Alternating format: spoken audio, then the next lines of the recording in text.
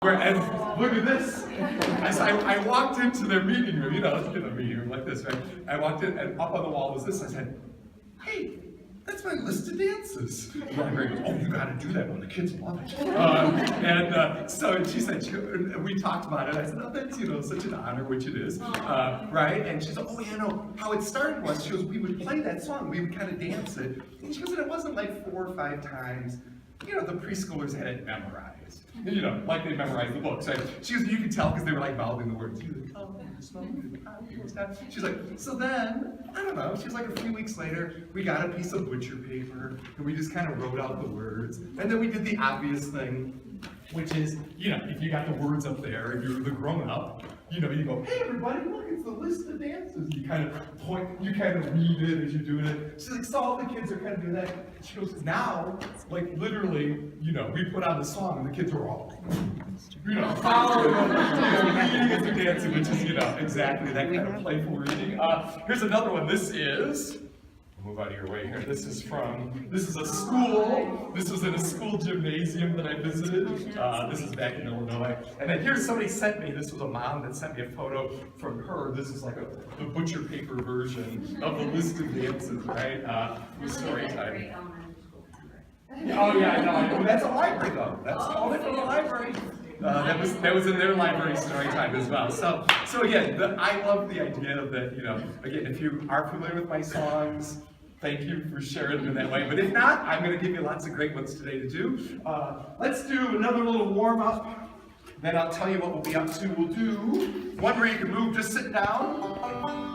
It's called knuckles knees. Take your fingers like this, bend them down, show your knuckles. I'll walk you through it first. It goes knuckles knees, knuckles nose, knuckles tummy, knuckles toes. Now we do those all in a row, but we do it a little faster. So it goes knuckles, knees, knuckles, nose, knuckles, tummy, knuckles, toes. We just keep sort of adding on to it. So it's a little memory game, good in the morning, right? So take those fingers, bend it down. It goes knuckles, knees, knuckles, nose, knuckles, tummy, knuckles, toes. All the way from the beginning, a little faster, ready? Knuckles, knees, knuckles, nose, knuckles, tummy, knuckles, toes.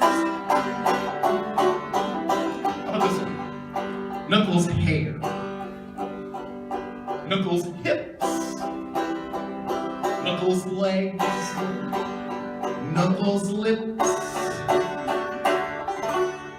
All the way from the beginning, starting the knees. Gonna do 8 of them, ready? Knuckles, knees, knuckles, nose, knuckles, tummy, knuckles, toes, knuckles, hair, knuckles, hips, knuckles, legs, knuckles, lips.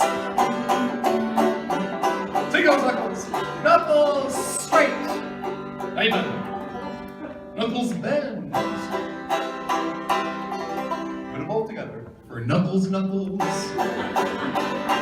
Last time I had the motion, that's the end. It means all finished. That's the end. All the way from the beginning, let's try all 12 of them. Knuckles, knees, knuckles, nose, knuckles, tummy, knuckles, toes, knuckles, hair, knuckles, hips, knuckles, legs, knuckles, lips, knuckles, straight, knuckles, bend, knuckles, knuckles, that's the end. Very good.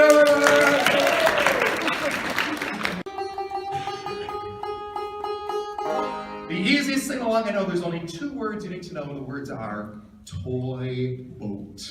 That's all I'll say that all together. We'll just say it. We'll say toy boat. The song is so simple, you're going to be able to learn it right as we go along.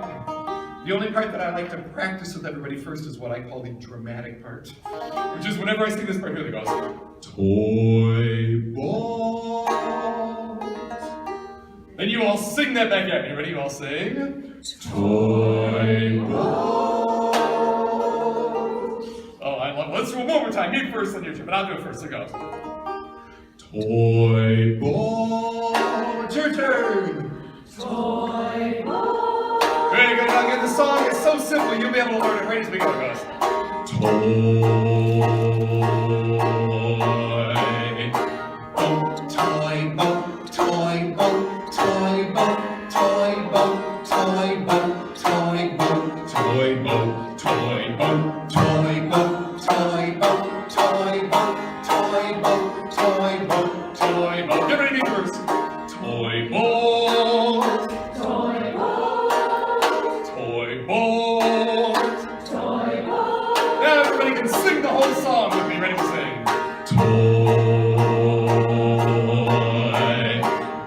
Toy boat, toy boat, toy boat, toy boat, toy boat, toy boat, toy boat, toy boat, toy boat, toy boat, toy boat, toy boat, toy boat, toy boat, toy boat. One more time.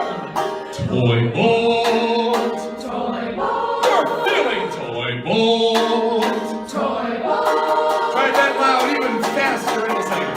Toy boat, toy boat, toy boat, toy boat, toy boat, toy boat, toy boat, toy boat, toy boat, toy boat, toy boat, toy boat, toy boat, toy boat.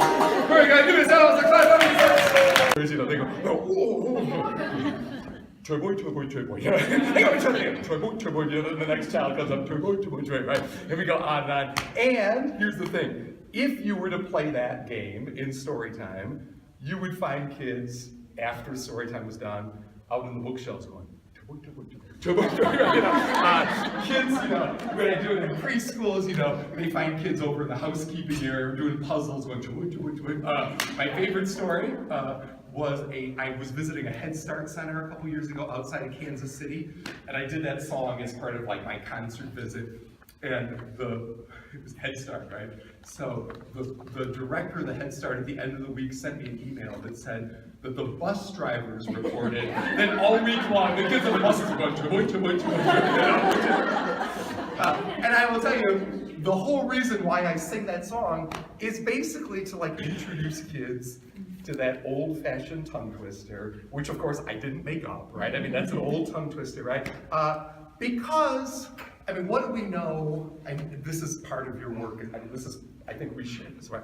If we can get the young children that we're working with playing word games like that, right? Playing rhyming games, you know, Miss Mary Mac, all dressed in black, you know, those kinds of games, right? So word games and rhyming games, and frankly, you know, my own thing, a little like away from the screens for a few moments, whether they're the big screens or whether they're toddlers on these, whatever, and playing those word games and rhyming games, we know that's good for them, right? I mean, that's common sense, we all know that. But here is, I think, what the focus of this session is, well, when do they play those games?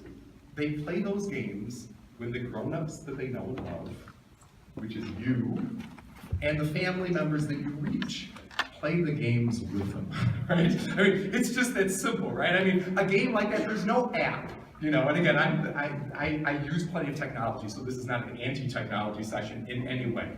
But what I'm saying is, there's no app that's gonna, you know, make that come across. That comes across because a grown-up that they know and love plays the game with them and gets them all excited about it, right? And all the things that happen from that.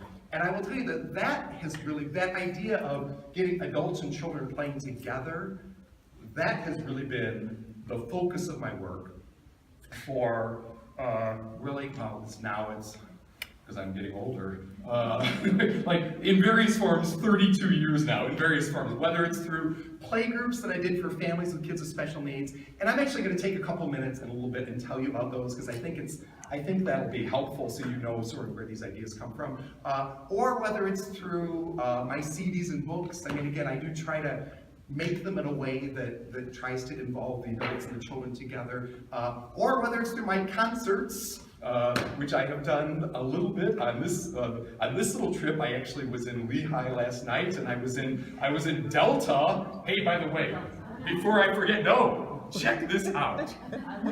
Wait, check this out. We had like 185 people in Delta because it went up on the car wash sign. That's how they knew that I was there, right? And you made it. I know. This my Facebook post was like, I have made it, right? That's so awesome. But it totally worked. It was like 200 people in Delta. nostalgia, right? At the concert, it was really great. So whatever. So whether it's to my concerts or whatever, and if you haven't, I've been to Salt Lake obviously a couple of times. So many so that I broke Anna's window loading sound system years ago into there. So that's right. So in any case, if you haven't ever been at one of my concerts, rather than tell you about them, let me just show you a quick little video that kind of sets that up. Actually, this is good because this is a good. Here, I'll put this on. Oh, gotta put the music sound on. Here it is. But when the music stops, guess what you do? Lower the lights. So you stop your freeze, right? But live and in concert, I look for people that when they freeze in ridiculous shapes like this. I think, I can go on and on about my silly dance contest. Joking, but actually I can't. But truthfully, is that fun? Yes. As I've been saying lately, like, unapologetically fun, right? But again, what does the research show? Time after time, study after study, right? Which is what, if we've got, young kids that are actively playing like that, right? In environments where there's a rich vocabulary, like the library, filled with a lot of, books like that. And I would say most important with caring adults, right, that are engaged in the play with them, talking with them, singing with them, playing with them, reading with them, writing with them, right? They are, those kids are getting exactly what they need to be successful readers, successful in school in general, right? And so what I want to do here today in this session is bring everybody through a bunch of my activities. Again, some of you are familiar with some of the songs already, which makes me really happy, but there'll be some, hopefully, that you aren't familiar with that you can use. So we'll make it practical in that way, right? Like, hey, you could go back and do this in story time. We'll talk about some of the ideas of like transitions, things like that in there. But really what I like to do is really stop and talk about what we help children learn through this kind of play. So obviously, this is the Library Associate. We're going to talk a lot about connecting this kind of play with literacy development. We're going to talk about, broader school readiness kind of abilities that we do, that we help kids learn through this stuff, including kids with special needs or of all different ability levels, I guess is what I would say. And we'll also talk some strategies about family involvement, about getting those grown-ups involved. So all of that stuff we'll try to, I'll do a song and we'll kind of try to talk about things in that way. One thing I should say before we do anything further, this is a workshop, so I do have an outline, like I know what I'm going to do, or what I could do, but it's way more fun. If anybody has questions or something, just like raise your hand or yell it out and we'll do that. So I can make it, more specific to sort of what you're looking for. Does that make sense? Because it's not like a keynote presentation, it's a workshop. And we have until 11:30. Sound good? Yeah. All right, so we'll do that. All right, so we'll do that. Hey, before we really do get started, I think this is important. I was thinking about my approach to doing this.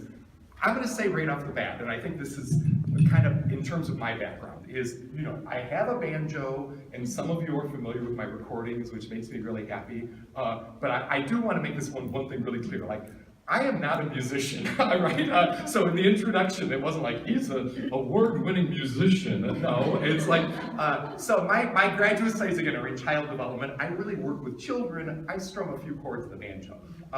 And ironically, it sort of became like my career in a lot of ways. But it didn't start off that way, nor is that even really how it is. And I guess I'm going to ask this question now. How many people find themselves in a position, really how I got started doing music was I was doing programming, which I'll tell you about in just a moment, that was broader child development, kind of these family playgroups that weren't music playgroups, they were broader playgroups. And then one of the things that I found was to be successful, I found myself doing more and more and more music. Because it worked. It's just that simple. How many people have found a similar thing, right? You're not a musician, I have an MLS, I'm not a musician, right? But you do more and more and more music than you would have ever thought you would have, right? Well, what is it, actually, let's just take a minute here. What is it about music, you tell me, that works in your programming? Because that actually kind of will help set us up. What are some things that really work well in terms of your programming with music? Give me some, yes? I I intersperse it with books, so I'll go book, song, so that the kids don't get too antsy, like they stay engaged. Exactly, right, those kinds of, you use it like as a transition sort of a thing to keep them engaged in that way. And I'm gonna talk a lot today about strategies to do that, things like at the end of the silly dance contest, how it goes down, like, and then you notice they're all sitting on the floor. I think that one works, and I do it at almost every concert, every small group, that I do that kind of gets everybody going. And I think one of the reasons why it works so well to engage toddlers and the grown-ups they're with, preschoolers, whatever, is because, and again, I want to make this clear, not because I think like, I've got some magic touch as an artist. My artistry is I'm just a child at heart. I'll tell you why I think it works. It works because the words are the motions. Right? Now again, people are like, well, what's the big deal? The words, those shit. Think about, like, again, there's lots of great children's music, and I'm not denigrating any of it. And most of the people who do it are first off, they're musicians, right? and they actually are better songwriters than I am, right? But again, it's different. A lot of people write songs about, like again, I said, like about my brother, right? Or about the rainbow, or about, somebody gave me a CD for preschoolers a number of years ago, for preschoolers, about good citizenship, right? And so, I kind of rolled my eyes and went like, oh, great, And I listened to it in the car, and the truth of the matter was, like, it was good. Like, the songs were, like, really well crafted. It was kind of like a Broadway musical. I mean, it was, like, really well done, really well produced. And I was driving going like, oh, God, I was wrong, this is great. And then I thought, wait a second. It's great sounding, but if you put on those songs about good citizenship for preschoolers, the words go, and when the words are going, the kids that we work with go, and frankly, all of our lessons about good citizenship are down the drain, right? So instead, what I like about the song we just did is the words of the, what do kids want to do, young children, what do they want to do with music? They want to play it, right? When you put music on for toddlers, they do this. Oh, yeah. It's the first thing they do, they just start that bouncy thing, right? They want to play music, they want to jump, they want to spin, they want to clap, they want to do all those things. And so guess what? Most of the lyrics in many of my songs are jump, spin, clap, about whatever, right? So again, the words of and I think for that reason, they actually, and this is one of my points I want to make, they listen closer for the language. Because it's worth listening to, right? Because it's like, jump up, turn around. Oh yeah, I'll do that, jump up, turn around, all those things, right? And this is what I've heard, I can't prove this because I don't do like research or anything. So, but what librarians have told me is, and similar to what you were saying about how you use music, they said what they like about many of my songs is that because they're listening for the language, they're listening for the language in the story more afterwards, right? Because they're getting the habit of listening, right? As opposed to, we'll talk about, again, other kinds of music afterwards, right? So again, like they're listening. So one thing, the words are the motions, they're really listening for the words. The other thing about the words being the motions is, that's what makes it inclusive for kids of all different backgrounds and ability levels that you see, in your programs, right? So again, there's the families that come to story time all the time, even a couple times a week, for those families, and let's say they have a little 3-year-old little girl, right? That little 3-year-old girl is like one of those little kids that when you ask her a question, she goes, absolutely, one of those kids. Now for like a little talky girl like that, that's a great song, because what do they do? Oh yeah, I love it, jump up, turn around, have your hands around, blah, blah, blah, but what do we know just on a basic level? Lots of things, everything is kind of great for that kid, right? In your programming, they're excited about everything, right? That's how it is. Wonderful to have in story time. But my point is, that song is great for her. It's also in your programming, though, you have kids where English is a second language, right? You've got kids with special needs. You've got boys, which is not always different, but sometimes can be different, right? That's just the way it is, right? So let's just, to make my point about this so I make it quicker, let's say it's a little boy where English is a second language. He plays the same game, he just plays it different. So while the little girl is going like, oh yeah, I love it, jump up, turn around, get hands, blah, blah, blah, blah, right? This little boy's going, and he's watching you, or he's watching his mom, or he's watching the other kids, but usually they watch us and they're growing, okay?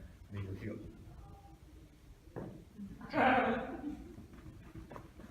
sure.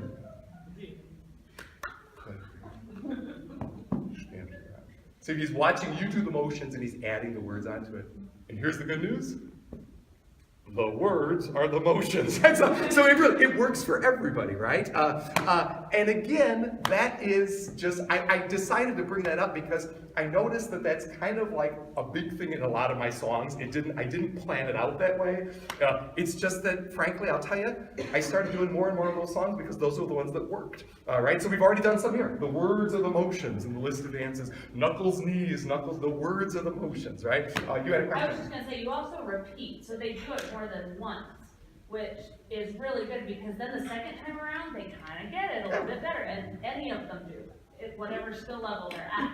And sometimes I'll forget and just play one song that I'm using, or I'll sing one song just one time through, and it's never as successful as if I do it a few times. Yeah, no, right, exactly. Repeating, it does work in that way. Even like finger plays, I'll do a lot of times. I'll sing it one time and kind of demonstrate it, so it kind of gets in their heads, and then we'll really do it, or whatever, in that sort of way. But yeah, the song naturally repeats for that reason. And so again, it works for everybody. So again, you're gonna notice that lots of the songs that I do today, the words are the motions. Here's one, and I always forget to do this. This is like a new one for my newest recording that again, we don't have to stand up, and we'll just do it right where we're sitting here. The words are the motions. Here it is. Here it comes, let's go. Ride a horse. And it's like 2 minutes long. Row a boat. Drive a car. Play guitar. Yeah, and again, it's like slow pace, the toddler even. Bounce a basketball. Toss it high. Shoot it far. Play guitar.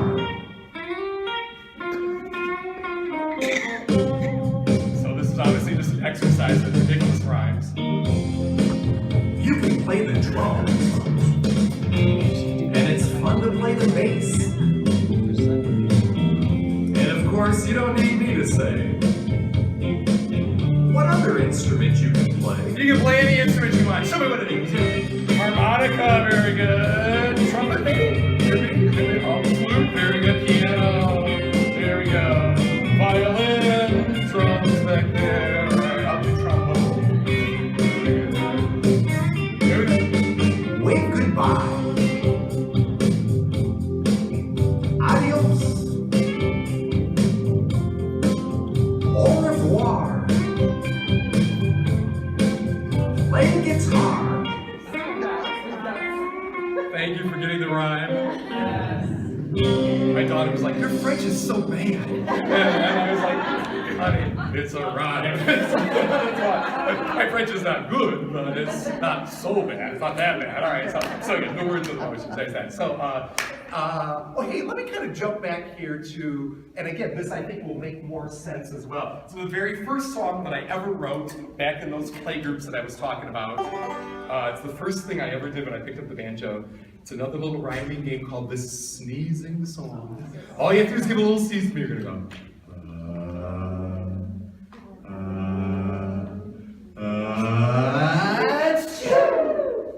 Let's all try it. It'll fill up the room with music, and it's good for us to reinforce in public spaces like you have the sleep method. All right, so let's all try it. Here we go.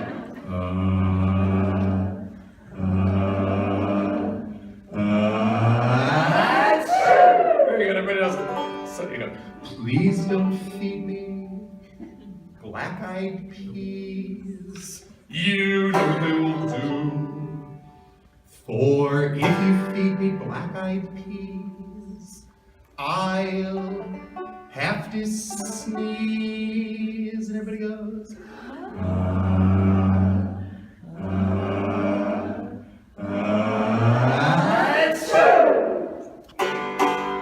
Second verse. Please don't feed me macaroni and cheese. You little blue. For if you feed me macaroni and cheese, I'll have to sneeze. And everybody goes.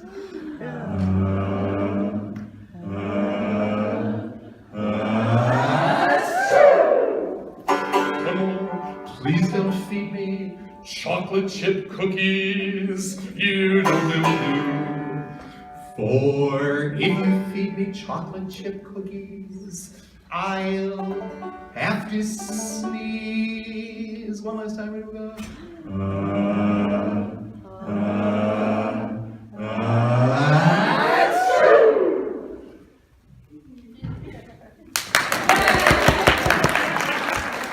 Nobody ever claps. It's not that great of a song. My first one, all right? So, but it is a great game. As a matter of fact, weirdly enough, I'm going to be honest with you, that song is kind of like my whole career. I first recorded it on LP record. That's how long I've been. And this, they used to have LP records in the libraries, right? That they would check out. How great was that, right? So, in any case, and a couple things about it. It's not a great song, but it's a great game. And what I like about it, again, to kind of sum up, I think how I got started doing this, and what's a little bit different about my music is, if you watch the children play that game, and that's, by the way, that's the key, right? Really, in graduate school we call it observation. I call it watching. So if you watch the kids play, and for me, watch how the grown-ups play with them, you can see hundreds of ways that kids play along with a song like that. Now, again, there are grumpy people that go, what are you talking about? They go, watching. And they're like, well, they aren't really watching, right? Because that is how some kids play, right? But that's not how everybody plays, right? For instance, I was mentioning the play groups that I did for 20 years for kids with special needs, or families of kids with special needs. Great example, there was a little boy named Jermaine on the autism spectrum. When he would get excited, he'd kind of rock, his little hand would get going like this. When I did the sneezing song, I mean, everybody was so excited, like, it's amazing, breakthrough moment, write this down, write my piece, make me sing. Not because he magically stopped and went, achoo, like that. What he did do was this, he was doing the rock, and everybody did the big, and me, did the big, achoo.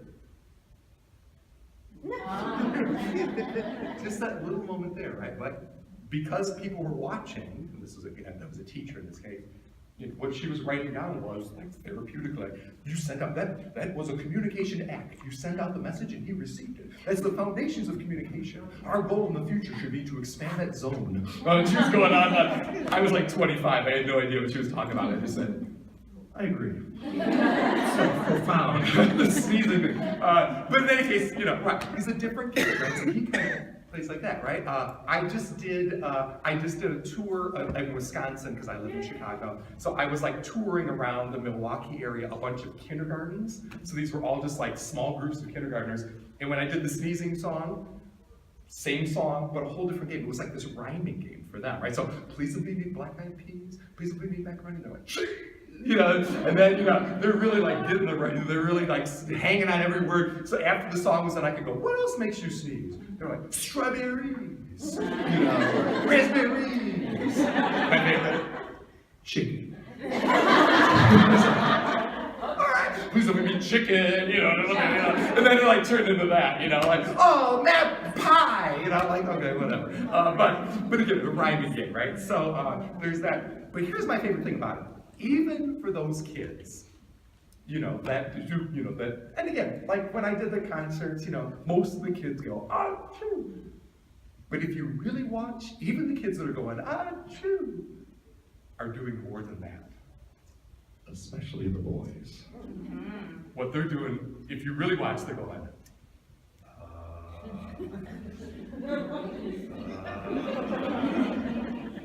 because what do they really want to do? They want to get to that thing, right?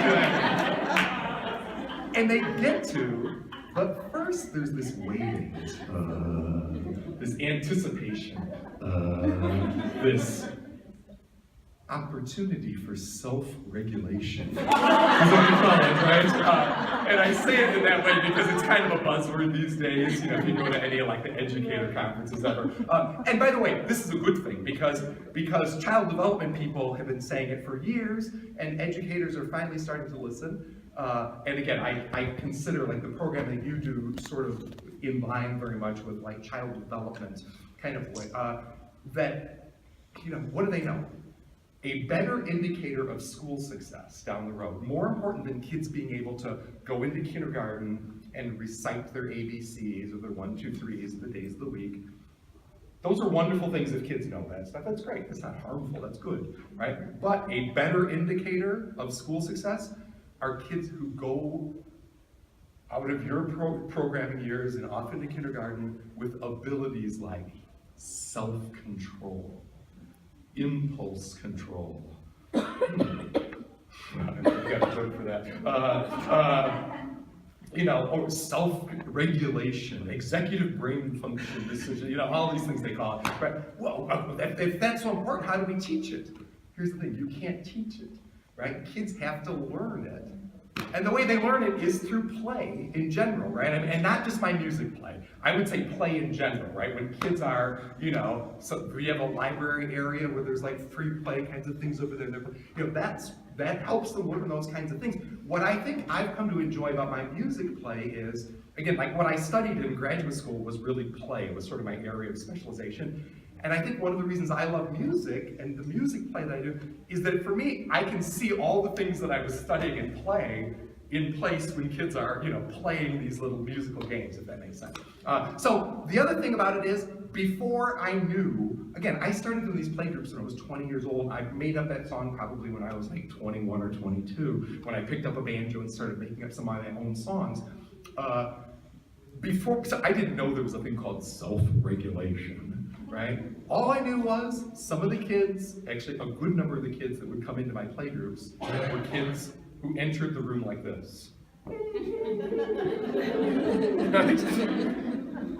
And my thing, I just had this, so I didn't know what it was called, right? I just knew they had some issues in this department, right, or whatever.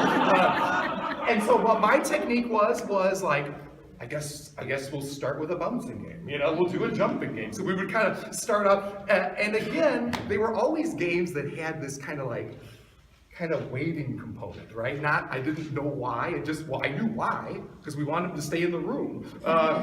Truthfully, that was one of the comments, we were talking about that yesterday. So in any case, I started making up more and more games that actually sort of exercise this thing that now when I look back is really, you know, self-regulation. Here's one, this is one of my newer ones, it's called Have You Seen the Trampoline? So there's 3 parts of the song. The first part is, well, the slow part, which is the hard part. And the slow part, you kind of look around for that trampoline, you hear it go whistle, it goes, nice and slow. The second part's the part where everybody helps me make the music. Have you seen the trampoline? And then the third part is the part where you find the trampoline. When you find a trampoline, what do you get to do on it? Exactly. So let's stand up. We'll do one more. And now I know.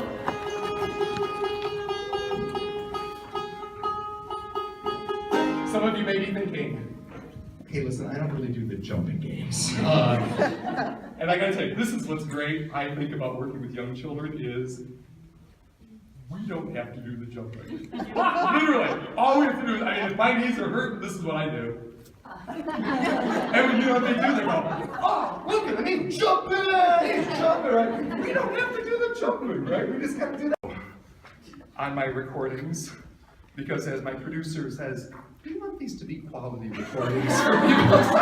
So when you hear a banjo, it's not me, right? So here's the thing. So what I do is I have a group of musicians. Those guys that were in that video are a number of them. These are all like Chicago jazz players. And what I do basically is I have a game like that. I go into the studio, I play them that game, and they listen to it and they go, okay. I think we can make that that sound better. And then we all kind of laugh, and they go, no. But they kind of did it, because they've done enough kind of concerts with me now, and I think, frankly, it's the same group that was with me years ago. I think, frankly, musically, we are better at it now, because now they've played enough kind of concerts with me where they know, like, it's not about the song, it's about how do you get the play across. Like, how do you musically, so they'll say, like, so what's the point? And I said, well, the first part is like the slow part, like, oh yeah, one of those anticipation games. So they kind of, I go, yeah. And then I go, and then you like make the music, have you seen? They're like, oh yeah, no problem. But I said, and then I said, it's a trampoline. So, the kids, they're gonna be like bouncing, or they're gonna be jumping. And what does the musician say? Are they bouncing or are they jumping? I said, I don't know, it's a trampoline. They're like, I don't know, they're like bouncing or they're jumping, what? He goes, musically, Jim, those are two very different things. So I really would like to know, are they bouncing? So I stood up, I went, I guess like bouncing is meant to be bouncing. So in any case, even if you hadn't been at this workshop, I think if you heard this, you would pretty much, it kind of tells you what to do, right? Just by the sort of the sounds of it. Like, it's coming up, you gotta wait. This is like waiting, right? Have you seen the trampoline? Please look around. Look what we found. Right? It's like bouncy, right? It's perfect. It is bouncy. And toddlers, they're going like, oh yeah, man. You gotta wait. It kind of cues the grown-ups, like, you gotta wait at this one. Have you seen the trampoline? Please look some more. It's on the floor. And I'm just gonna kind of skip ahead here to the very end, because it's got that thing that you talked about, that little transition. The trampoline, it's hard to lose. It's in our shoes. So again, the final verse. So again, they're bouncing. And again, just like that silly dance contest sort of ending, I don't even need to say it. Everybody would sort of know. Like musically. And again, they're like, the musicians are so great now, because they're like, what I started calling was, I said, like, from games like that, I said, I like it better when we like illustrate the play, if we like tell them kind of what to do without, and he was like, do you want to say something at the end? Like, and now, and I said, I don't even need to say it. Like, the bass is going, anybody who's playing along would go like, right? We're going to talk later on after we will take a break here. By the way, the other thing is, I'm not offended by anything. So if you want to get up and use the restroom, feel free to do that. Don't feel funny about it. We will take a break, somewhere in the middle there as well, so we can do that. So I just wanted to give you a heads up on that. But, and sometime after the break, I want to talk more about, even sort of developmentally, how that kind of listening for the sounds is completely an early literacy, completely in the realm of developing early literacy skills. So there's that. Another game, but again, I wanted to make the point, a lot of my songs, the words of emotions, a lot of my songs have this stop and go, self-control, kind of self-regulation games. Again, not with me thinking of that in particular, it's just that, again, those were the games that really worked for me in those playgroups. So, and for that very reason, a lot of my songs are the same but different, right? It's just the truth, right? So for example, this one is not, well, I would say this is the same game. The musicians would say, well, no, this is different because that was a bouncing game, this is a jumping game. So musically it's different, but it's the same game. It's called Jumping and Counting, if you're not familiar with this one. I'm glad people know. Good toddler game, right? So I'm not gonna make you do it, but here, just kind of, if you're not familiar. Jump, jump, jump, jump, jumping higher we, but we'll stop jumping while we count to 3. Nobody will count. 1, 2, 3. And again, one of the things that I would suggest to get the grown-ups and everybody involved in it, like, everybody, let's count with it, right? We'll count. 1. Everybody count. 2, 3, 4. Yeah, I'm gonna go. the way up to 10. And it ends again with one of those transitions. And you can jump right back down into your seats. You know, so it ends again with everybody down. And they look at you like, what do we do now? And then you pick up a book, right? And show them the book or whatever. So that's that. Again, same game, but different. The other thing, and I've got a number. So again, I think you'll notice as this workshop goes on, that a lot of the games have that element in it as well, that kind of stop and go kind of a thing, which I think kind of also goes with what you were saying about taking turns a little bit. Some, you know, there's like kind of weight. It helps with all that stuff together, right? And it does help to, you know, again, developmentally, that's definitely like a school readiness ability that kind of comes out of it just through the play. The other thing about those songs, which leads me to another element that I like to feature in these workshops is, one moment, drink of water. Better. I talk fast because I really want to get so much stuff in, so I kind of keep going. Is that one of the things that I love about and why the lyrics are there is that the songs, I also want them to be really singable. Like for instance, the two we just did, the trampoline song and the jumping and counting. Again, it's on the recordings, and I think the recordings do a good job. That's how I would have done them in my play groups. You saw the big boom box. Those would have been, I might have played them on that big boom box, you know, something like that. However, you can also play it on the big boom box and then grab a tambourine or a little shaker. I mean, think about how simple that one is. Even in the same story time, right? Like you just talk about repetition. Like you just played it there. You read a book and like, hey, let's do that one again. This time we'll sing it. Jump, jump, jump, jump, jumping high. You don't even have to sing it. Jump, jump, jump, jump, jumping higher. We'll stop jumping while we count to 3. Everybody counts. 1, 2, 3. Jump, jump, jump, jump, jump, even more. Right. So again. Super simple. And again, I think those kinds of songs, you know, those are the ones, like I mentioned with Toy Boat, Toy Boat, Toy Boat, right? When everybody sings the songs, those are the ones that are likely to go home and kind of keep singing and playing and exercising the rhymes and all that stuff. So I like to really do lots of songs that I feel like are really super singable as well. And when I think about songs that everybody feels really comfortable singing, obviously finger plays come to mind. You mentioned the classics, and in my playgroups, I keep pointing to the picture of my playgroups. Do you know what I'm doing when I'm doing that? I'm pointing to the picture of me when I was 20 years old. It's not up there anymore. That's just what I do. I keep referring to it up here. Maybe if I had like one of those slides, I could do that, but I don't. So in any case, finger plays, right? So for years, I did all the classic finger plays, and I didn't make up my own until like a few years ago I started, because I kept thinking like, how could you like improve on the classics? It's not really possible. These have been around for so long, and there's no humble way for me to say this.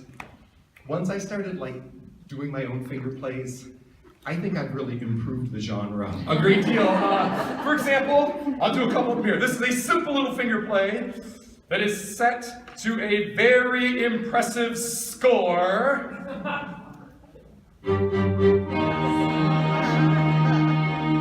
Elevates things. Let me teach it again. Take your hands like this, curl your fingers. I'll teach it again. The time has come.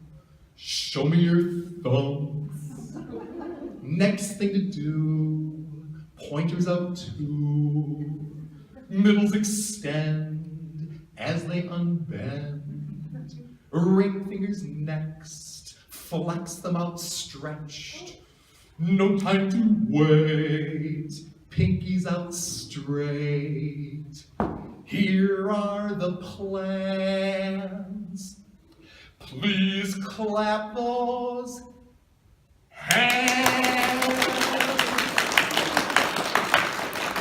I don't know, right? Everybody knows the melody. The kids even call it the song, which I love, right? So everybody knows the melody, right? The words are in your handout, so literally, you know, you could go back tomorrow and kind of play the game, which is one thing that I love about it. The other thing that I love about finger plays, and actually I think I'm going to show you a little video in a second, what I love about finger plays is, again, people feel comfortable doing them, you, as well as the families you work with, right? So they can go home and kind of keep playing them.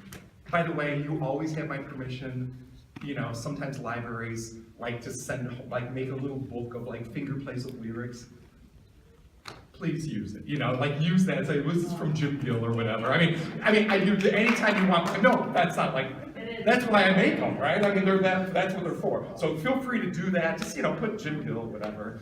Put jimgill.com, please. I'm joking. But whatever, but do that, because again, that's the fun of it. I'll talk about that after break too. I got a great story along those lines. But, so finger plays, people feel comfortable doing them, all those things. So, and they're free, right? So they're free. Which is what's so great about doing them at the library, right? The books are free, everything's free, so you can go home and do it. The other thing that I love about finger plays, though, thinking back to what I was telling you about those play groups, is how they get the grown-ups involved. Just so naturally doing everything that we want them to do, which, by the way, has everything to do with what people also do with books to help them read. So, and I think to do it, I want to show you a little video. Sharon, do you mind hitting the lights in a second again? Not yet, because I won't be able to see this. But this one is so dark that they won't be able to see it otherwise. So it's a little video of that game we just played, but there's some great footage of the grown-ups and kids together.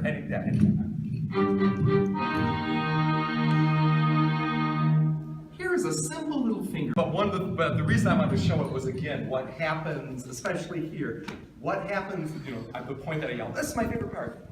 That little girl was in kindergarten, and her mom, by the way, and that wasn't like rehearsed with those grown-ups. I mean, we played the games a few times with the grown-ups and just got footage of it and kind of put it together. So that mom actually does home child care, right? So she's like an early childhood professional, she's great. And her daughter there was a kindergartner, even kindergartners, right?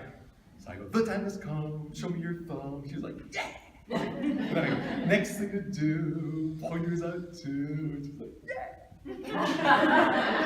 Until her mom, who's sitting next to her, goes, right? And you see the little girl go, oh yeah!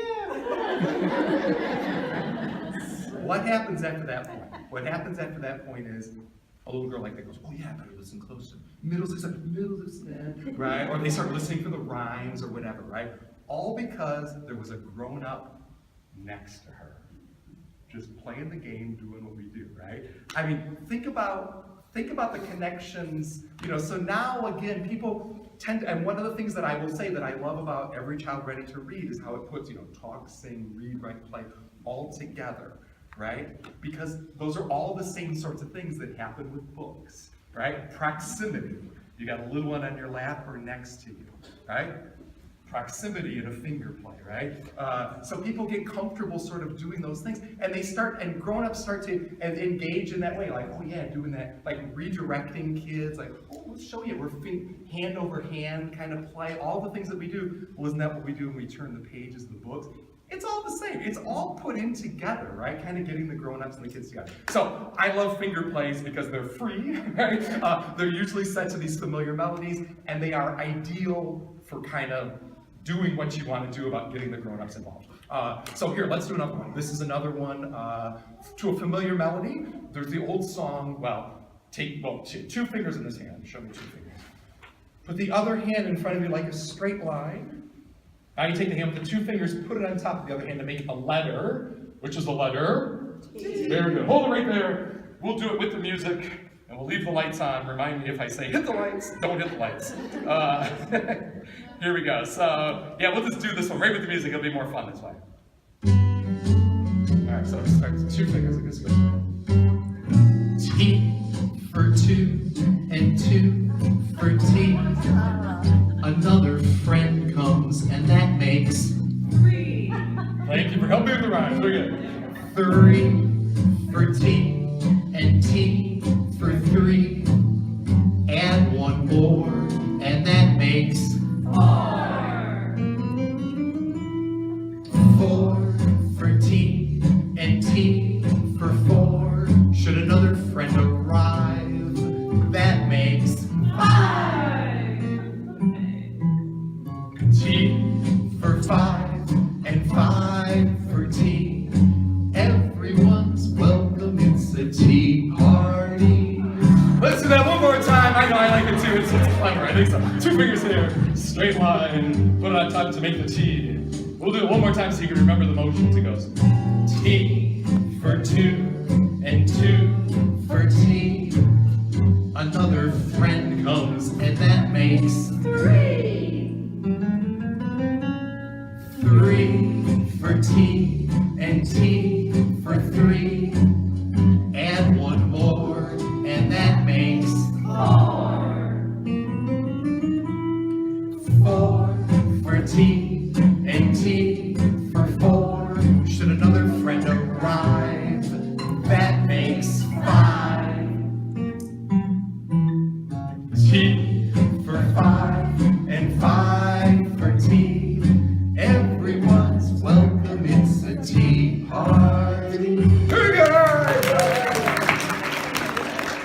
The words are in your handouts, everybody knows the melody. If you do write that one down, write down, like if you send that home with people, just write it down the way that I wrote it on there, like permission granted by Warner Brothers Music. I mean, disaster. Let me just say, it was a disaster to do that one legally the way I to record it. So just do it that, but it doesn't matter. You're welcome to sing it and do all those things, but just put the credit the right way. So that's that. Oh, let's do another. Now this is a brand new one. Again, along those same lines. Take both hands like this. Put them up behind your back. We'll bring out your fingers one at a time, right with the music. This is. Oh, I've been having a lot of fun with this one. So yeah, this is a new finger play. And this one again, the music kind of really, they do a good job of illustrating the play right along with it goes. One from the left, and one from the right. Met in the middle and danced all night. They made up a dance called the whoop-de-doo. He's basically saying that. Waved goodbye and walked away. Those two. Alright, now we're gonna do two from the left. Two from the left and two from the right. Met in the middle and danced all night. They made up a dance called Snips Galore. Like scissors. Then they waved goodbye and walked away. Those four. Alright, we did 1, 2, now it's 3 from the left. Three from the left and three from the right. Met in the middle and danced all night. They made up a dance called the finger mix. Gotta mix them up. Then they waved goodbye and walked away. Those six. We did 1, 2, 3. What's next? Because it's 4. Four from the left and four from the right. Met in the middle and danced all night. They made up a dance called Bending Straight. Then they waved goodbye and walked away. Those eight. No, it's 5, it's 5. I know it's 5, it's 5. Alright, let's do 5 from the left and 5 from the right. Met in the middle and danced all night. They made up a dance called clap and clap and clap and clap again. Then they waved goodbye and walked away. All 10. Right behind you, man. And I can pull out and clap for another one. There is a little video for that one, which I'll show, I think, maybe after the break, because I want to talk about again how the music illustrates it, so you'll be able to hear it again there. But again, makes my point. Finger plays are wonderful. The grown-ups, that's a hard one, right? I mean, so there's a lot, and the grown-ups kind of get. If you make things a little more challenging, the grown-ups get more involved. You know what I mean? That's one of the things about it, if you can kind of get that going on. So they do hand over hand kind of play with them. Perfect. All right, singable songs. I've got a couple more. Let me look at my clock to see how it's going. Yeah, okay. I got this little section to get in, then we'll take a break. But my favorite, so again, singable songs, my very favorite one, which would be perfect even for that little baby that's in the back, and thanks for bringing him. All right, that's good. Well, we'll do my very favorite song, which actually we made up in playgroups, Little Bird of the 3 playgroups, what they call early intervention sites. So this was like kids birth to 3, again, with special needs, but moms and dads, brothers and sisters. One of my favorite little songs ever came out of there. Instead of singing the old-fashioned way, do, re, mi, I like to sing to, lay, mi. You can sing right, everybody, so we'll start way down here on toes. Ready, we'll sing to, lay, mi, arm, elbow, jaw, cheek, nose. Good sing, let's sing it backwards, ready? Nose, cheek, jaw, elbow, arm, knee, leg, toe.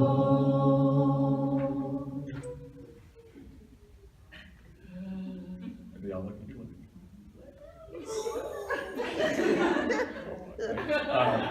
so you mentioned like calming, right? That's a good example of like the calming ones that I do. But I will say, in my play groups, I will tell you, in my opinion, that's like the best song I've ever done. And I know we have till 11:30, so it's not downhill from here, is not what I'm saying. What I'm saying is, in terms of what like my goal is for this workshop, like I want to send you home with like, or send you back to work with games you could just do. That's a perfect one, because everybody knows the melody. Do, re, mi. You all know the words, because, well, they're in your handouts, or frankly, they're also right here, right?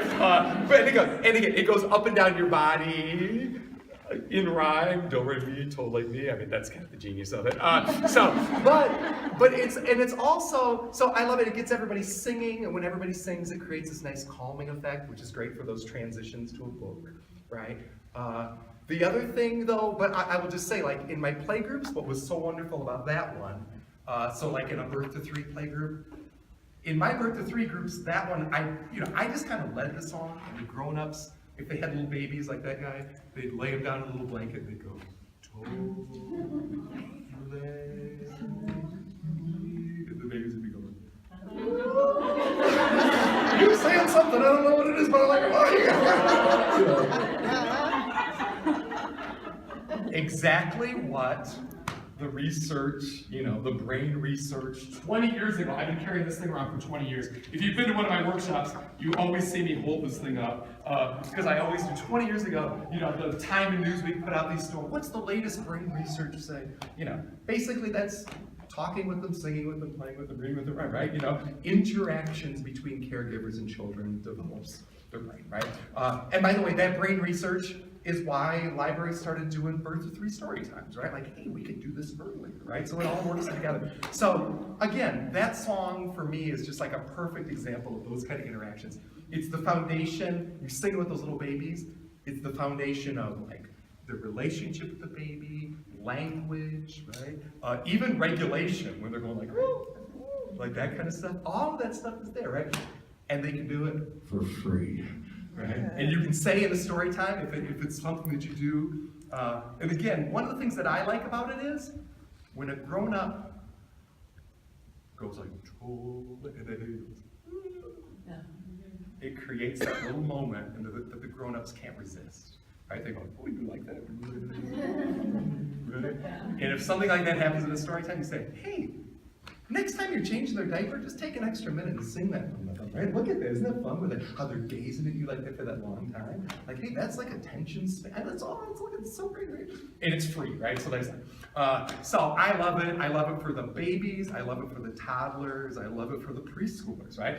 And for the preschoolers, it's a body part song, and everybody sings. And again, it creates one of those calming moments where they look at you like,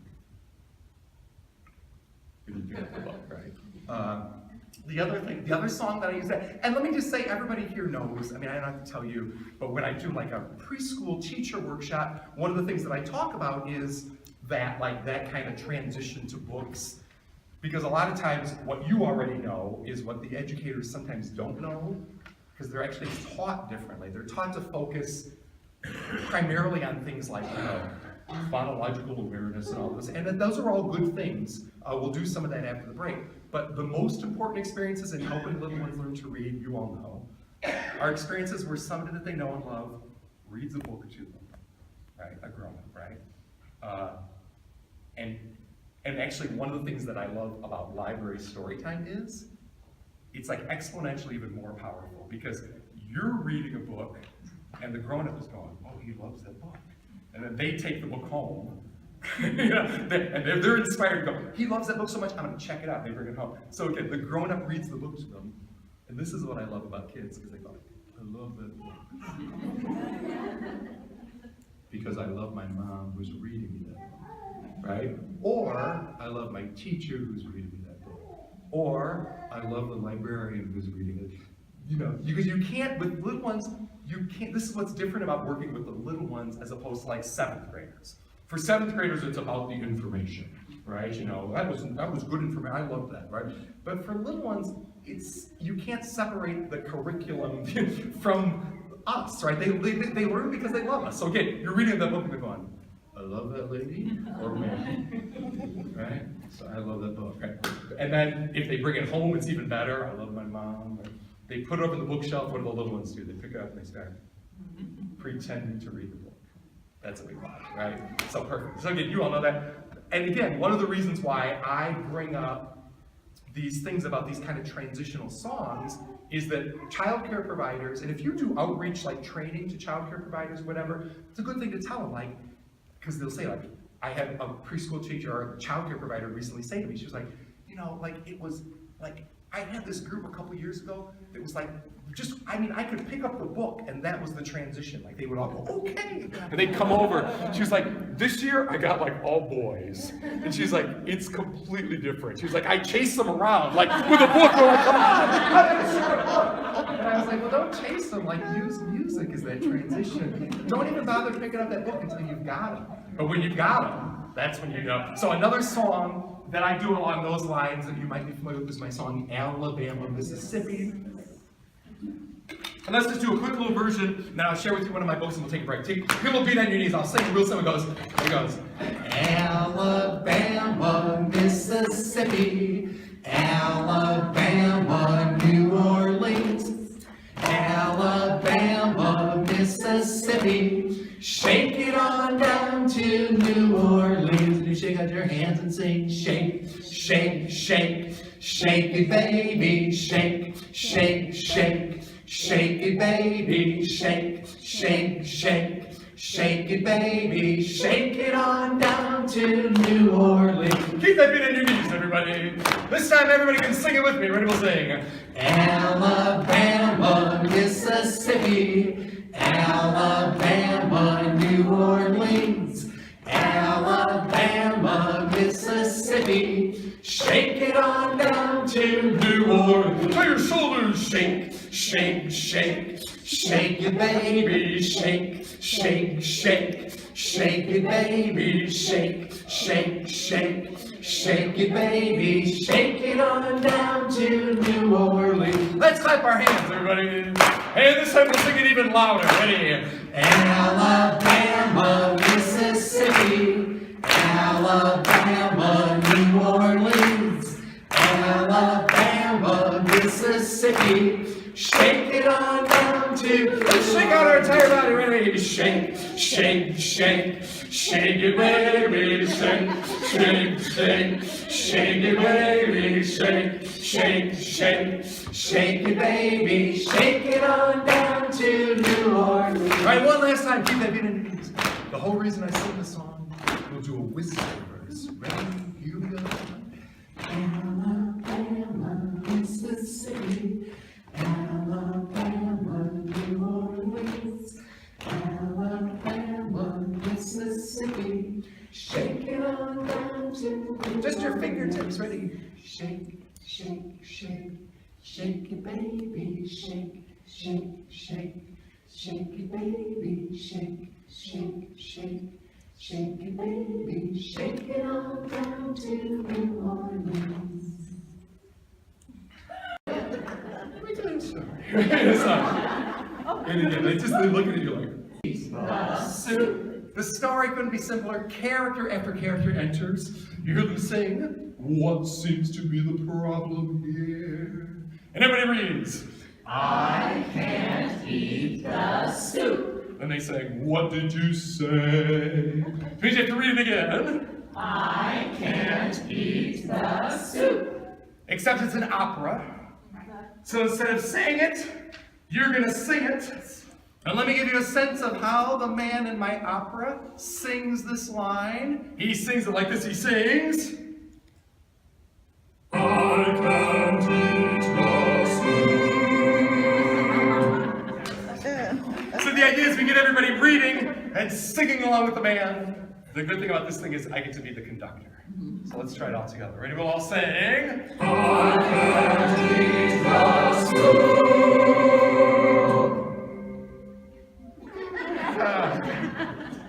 I appreciate everybody singing, but when you sing the opera, I mean, a couple people have the vibrato, and that's a good thing. You really want to get that, ooh, right? The other thing is, you gotta feel the music. You gotta get those arms going while you sing it, because this is what draws in like the toddlers and everything, right? Because they get to move while you're doing it. So let's try to give them feeling, arms, everything. Ready? We'll all sing. I can't eat the soup. Give yourselves a round of applause. Now we can begin. All right, let me just share this. This is a drama about a man in a bowl of soup. A drama that is set to music is an opera, which is why we called my book from a few years ago a soup opera. Orchestra tunes, everyone takes a seat.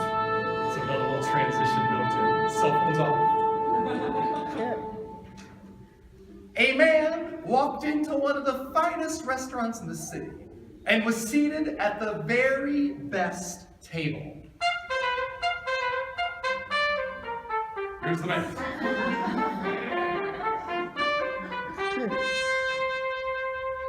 Soon, a waiter appeared with a menu.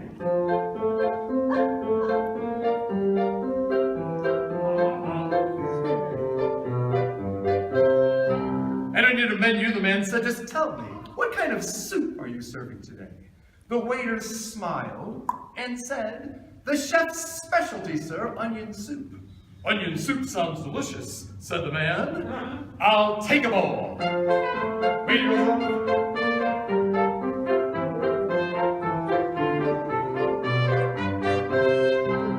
Soon the waiter returned with a big bowl of the onion soup. He set the bowl down in front of the man. He turned, began to walk away, but was stopped.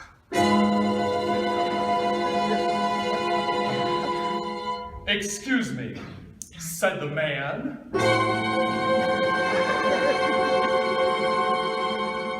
The waiter lifted his arms and sang. Listen how he sings. He sings. What seems to be the problem here? And the man sings. Hang on, we all practiced? But take a hint from the man when you sing it.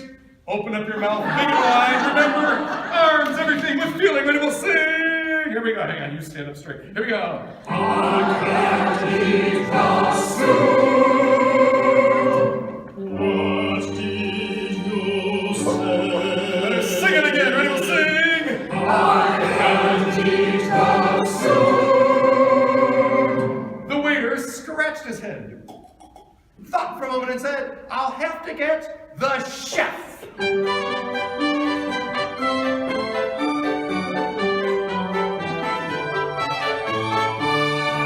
The chef hurried in with a ladle and sang. What seems to be the problem here? And he sings. I can't eat the soup.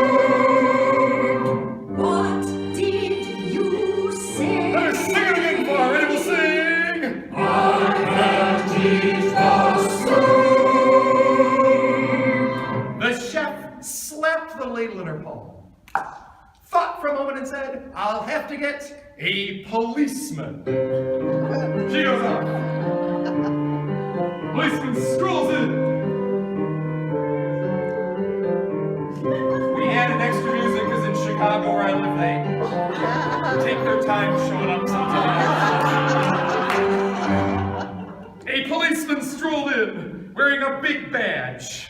And he sang, What seems to be the problem here? sing it for him. I can't eat the soup. What did you say? He can't hear you when he was singing. I can't eat the soup. The policeman stroked his chin, said, I'll have to get the mayor.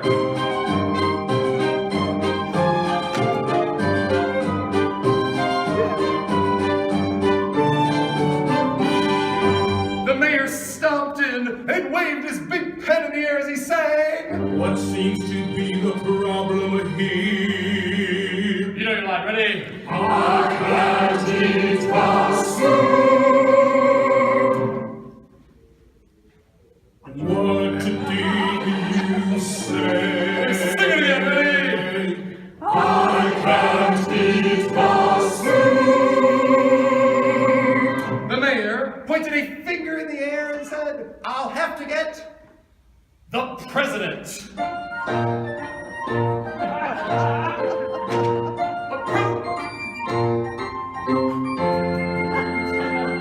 And then the president of the United States walked into the restaurant. Hang on. She's kind of the big star of my opera. She's the big soprano, so she only hits the big opera high notes. If everyone greets her with applause, give it up for her, ladies and gentlemen, the President of the United States of America.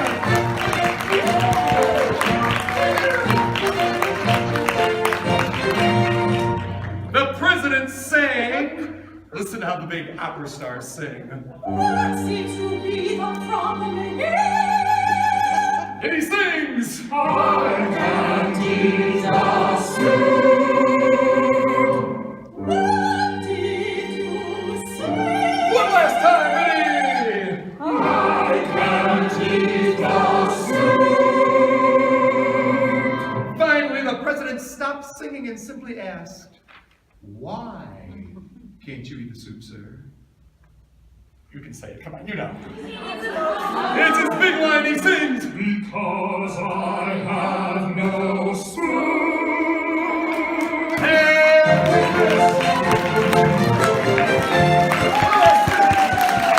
Give it shout, bravo! Alright, real quickly. When we were making the book, I think it kind of puts together a lot of what we've been kind of talking about. I mean, obviously, it's a pattern book, so it repeats, like you were saying, right? It's got one of those, and I knew when I was making the book, I mean, again, I appreciate everybody here being good sports, because I know you know how it goes, all you gotta do is soup, right? But the power of those for kids are what? They get it memorized, right? But there's lots of great, so I knew when I was making this book, I knew that I wanted this like repeating kind of a pattern thing. But obviously there's lots of great books like that, right? You know, Brown Bear, and all of that. But then I wanted it, so I wanted that, but I also wanted a book that did, I think, what I know about, which is, you know, from those play groups, like, how do you, so, you know, a book that you sing, because that draws people in a certain way. It's also, which also helps with the memorizing of it, right? But also that you get to sing in this silly voice, right? And that you also get to move while you're doing it. So when we made the book, if you're not familiar, we put a little CD in the back. What I tell people is when they do it, and again, I'm honored that a couple of librarians have told me like, oh, we have a little prop box, we staged the opera that was in Lehigh, you know, all of those things. 1 second, what's up? We have a break Yeah, oh, we'll take for it. only like 10 more minutes. Yeah. And it's right outside to your right, so if you need some caffeine fix or Oh, we were something. gonna take it right after this book. Absolutely. Like in 1 minute. Okay. So that's perfect, we'll do that. Sorry about that, I didn't know there was a set time for the break, I just sort of go on. From 10 to 10:15. Oh, perfect, that'll be great. It's like 10:15, so I said. Oh, we'll be out there. So in any case, when we made the book, we wanted to CD. What I tell people is, hey, the first couple of times you might want to listen to the CD, and you know this. Then put the CD away and sing yourself, whether it's a little one on your lap, right, or it's a circle time, whatever. You know, what seems to be the problem here? The man sings, I can't take the soul. The idea being, you know, what I hoped was, afterwards, put over the bookshelf, the little ones go over and they start pretending to read the book, right?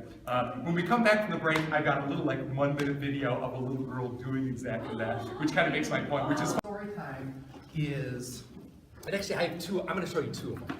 Because I have two little clips of, and what, I'll do it in this order, so it seems less. You know, again, in story time, I mentioned, you know, kids going, oh, I love the person who's reading me that book, and then they go over and they pretend to read the book.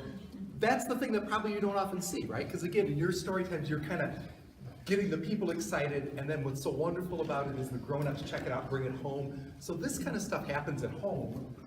I've got two little clips of kids reading books, and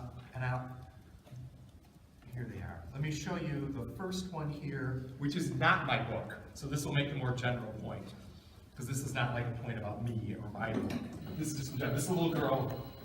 It is a musical book though, and actually this clip is kind of what inspired me to start making my own books, because I was like, I want this to happen with my thing. So this is like, she'll get louder, I promise.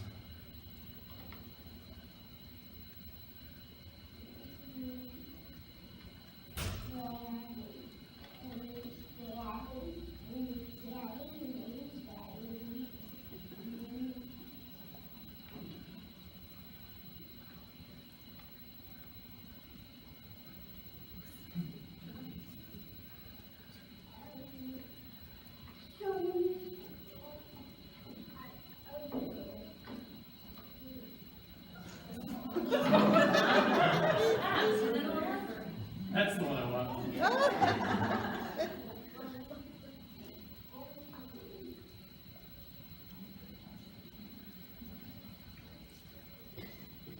You know, did you want to read your Wonderful World book? Right at the end over there.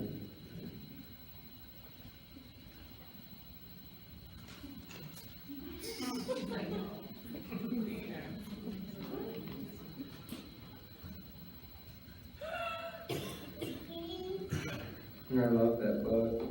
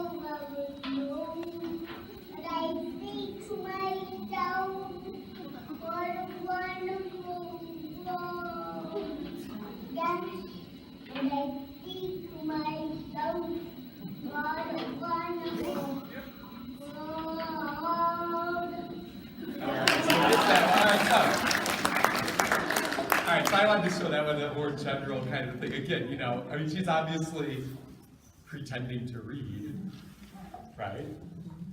And here's what I love about talking to librarians or people who work in libraries, is that, like, you understand, like, that you know, when I say pretending to read, there's a number of times, and this wouldn't be the teachers, this is more sometimes on, like, the administrative level of school districts, where, and this is a quote, right? Somebody say, like, well, that's cute, but she's just pretending. And and then my response is always, and I was like, well, no, she is pretending.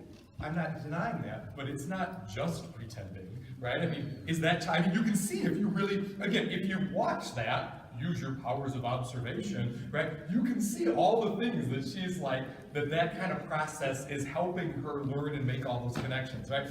So again, what I love is that you all understand that, and you all understand that's exactly like how wonderful is that happens at home after you share a book with them, and that grown-up goes like, oh, he loves that book? I'm gonna check that one out, I'll read it.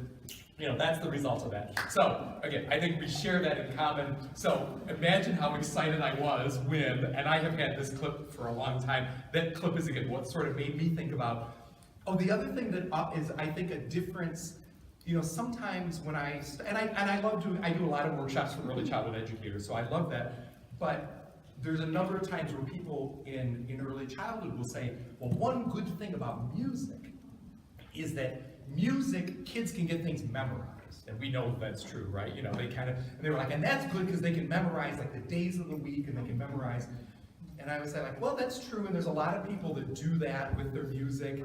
It's fine, it's not harmful, that's not my style. However, this clip allows me to point out what I do think is really wonderful about music and getting things memorized, right? I think that the fact that that was a song probably helped that little girl. Right? It kind of helps to get it. And now she's taking what she has memorized and corresponding that with the pages. Now that's worthwhile. You know, memorizing the days of the week is fine, but it gets you like, or here's my favorite thing. State capitals, right? You know, like I remember like I had a daughter who knew all of her state capitals, right?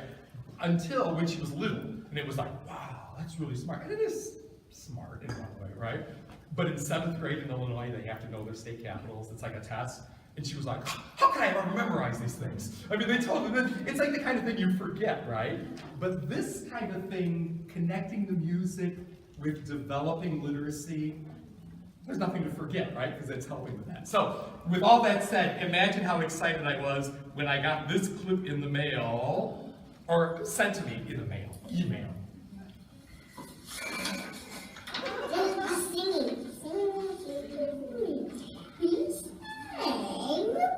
What you do bit of water me? I can't eat myself.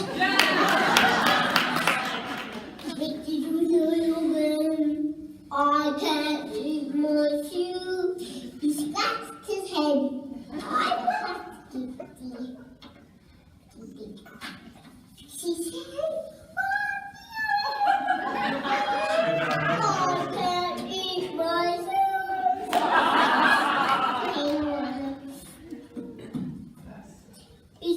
She said,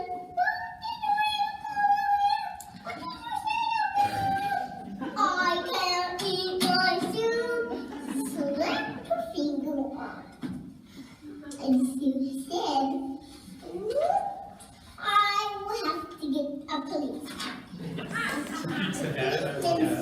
Then what did the bear about the bear? I can't.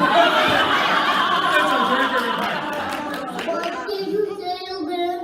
I can't eat myself. That's the tip. I will have to get.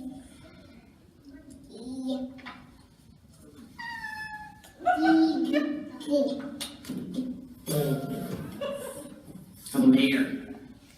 I want to get a mayor. He said, the mayor said, what's in the beat about the bear? I can't eat my too. He said, what did you say again? I can't eat my too. A president came from the United States. President came the president came in the United States.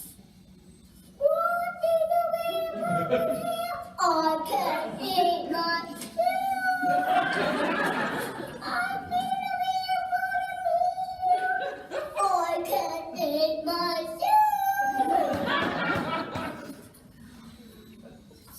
What did you say again? I can't eat my Wait, Olive, why couldn't he eat his soup? Cause he needs a spoon. Oh my Again, I was like, when I got that, I was like, yes! Like, that's exactly what I was looking for. And actually, it kind of makes the point, I visit occasionally the library in Boise, Idaho. I've been there a number of times over the years. And there's the library staff there, we were talking, and we were talking about the soup opera book. And I said, I'm so glad you know about it. That makes me so happy, thank you. And they were like, oh yeah, no, it's great. And I said something along the lines of, I said, you know, like, I'm not like an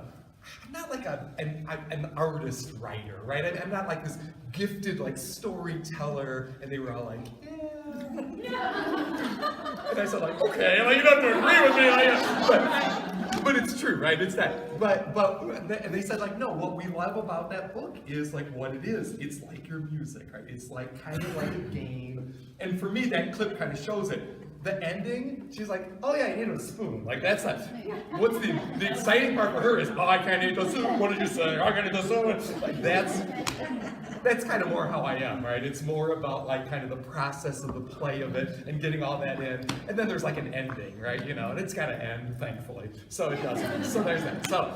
So thanks for that. Hey, so now we've got like 45 minutes left here. So there's a couple of different kind of routes we can take, but I think let's kind of take a moment, and if anybody has, because I've been talking fast, I know, so nobody feels like asking a question, those things.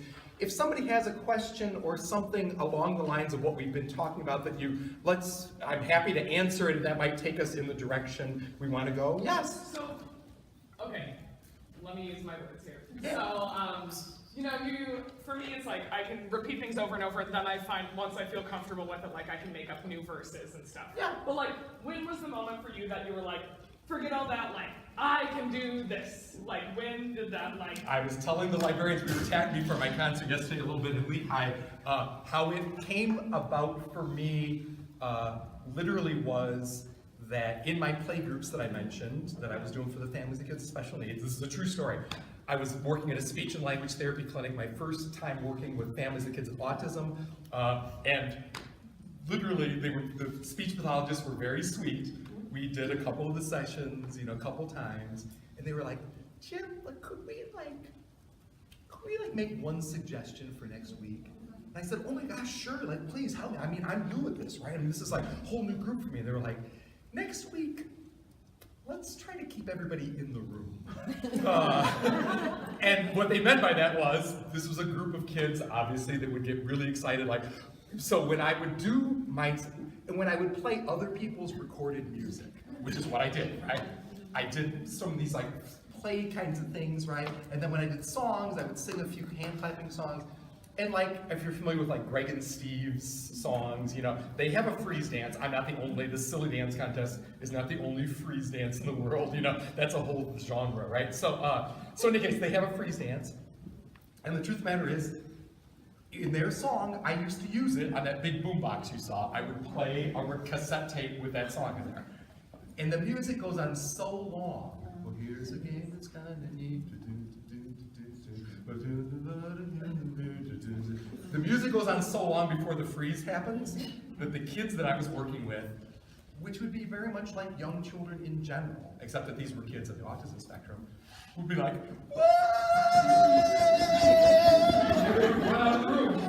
before it ever got to the freeze, right? And so that was a problem, right? And then the other problem was that at the end, what was happening in this play group was that it was I would get the kids really excited. We would do a song that was on the boombox, right? And then I would go, okay, you guys sit down. I'm going to turn off the music. And I would do that, and they'd go wow! And they'd run out of the room. And the parents would have to chase them around and bring them back. So then I started thinking well, I got to do something.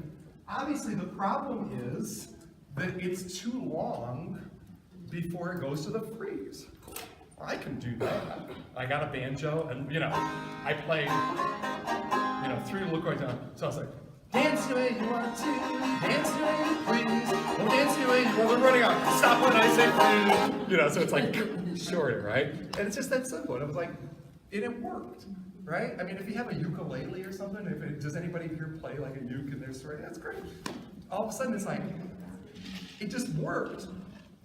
And for me, it worked, and this is the difference. It's not the greatest song, right? It's not like this is like a piece of art kind of thing that I'm proud of in that way. It worked in my program. So therefore, that's better, that's better than anything I could think of to do. So that's, I think, when I was like, and then that thing at the end, that, I mean, let's face it, it's just like,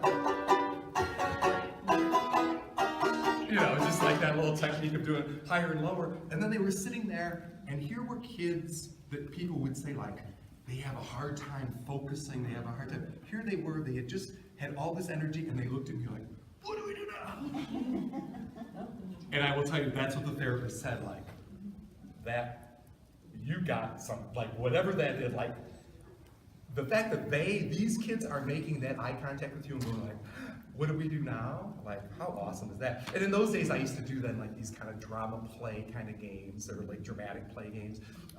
And we would do turn-taking games, and they would take turns. I mean, but that's when I knew that I sort of was like, oh, I could do this, Not because I'm a great musician, but because I'm a good observer. I know what a good moment is, And just like you would, right? A good moment is like, they're ready for that story. Okay, I can pick it up and do it. Does that answer your question? Yeah, so simple. All right, there's that.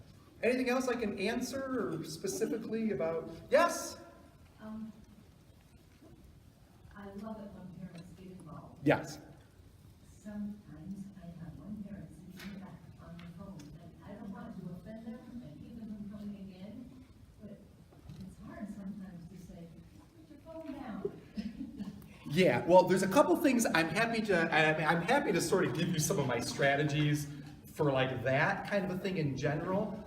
The first thing is, and actually let me kind of show you what, I'm not going to show you the whole thing, but let me just, because I don't want to take up a lot of time doing this, showing videos, but let me show you a little clip. Now, this is, I'm going to make a point on this. This is a concert. You don't need it that loud. It's a little Alabama Mississippi song. John gets all fancy there. He likes to I'm going to draw it into what you're talking about. Everybody makes the music all together. But here's like, this is like model concert, right? Throw it up, sitting right there with the kids.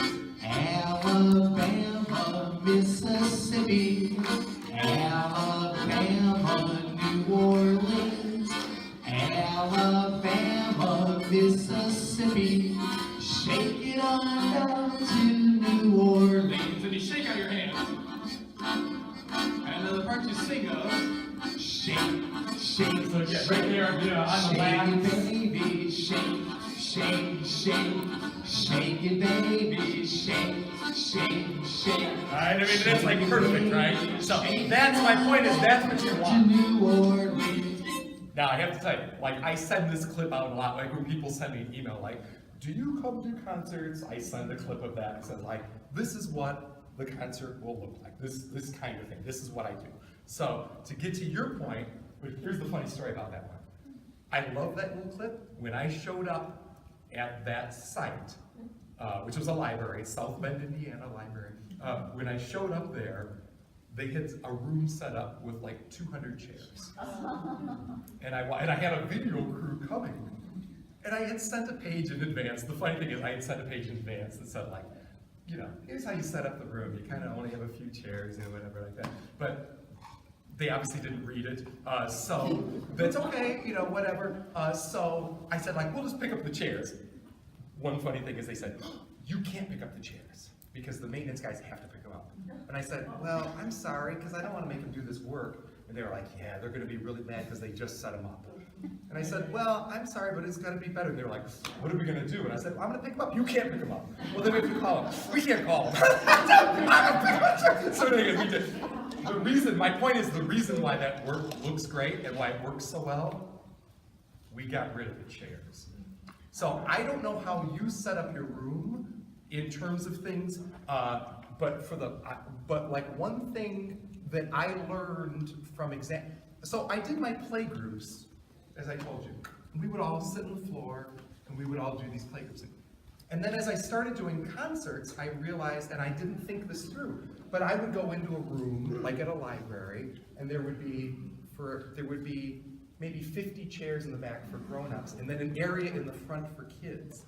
And when I did my thing, it just didn't feel the same. It wasn't any good. And I realized, well, the reason was because it was different. That was like a children's show, and what I do is like family things. So now I gotta figure out a way, and in terms of your point about like that one parent, one thing I'll tell you is if it's just one parent, you might just want to ignore it and just look at the people who are being good. That might be a good strategy, but that's a different thing. But one of the things that I started thinking about, and one of my professors in graduate school said to me, this is such good advice, she said, Jim, you are more successful instead of trying to tell people what to do.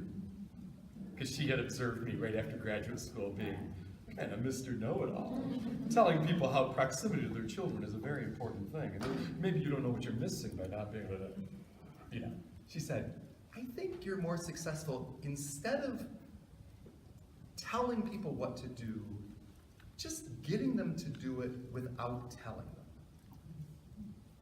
Which was a nice way of saying, don't be bossy, don't be negative, and also think about how you structure the environment to do your best to try to make it happen.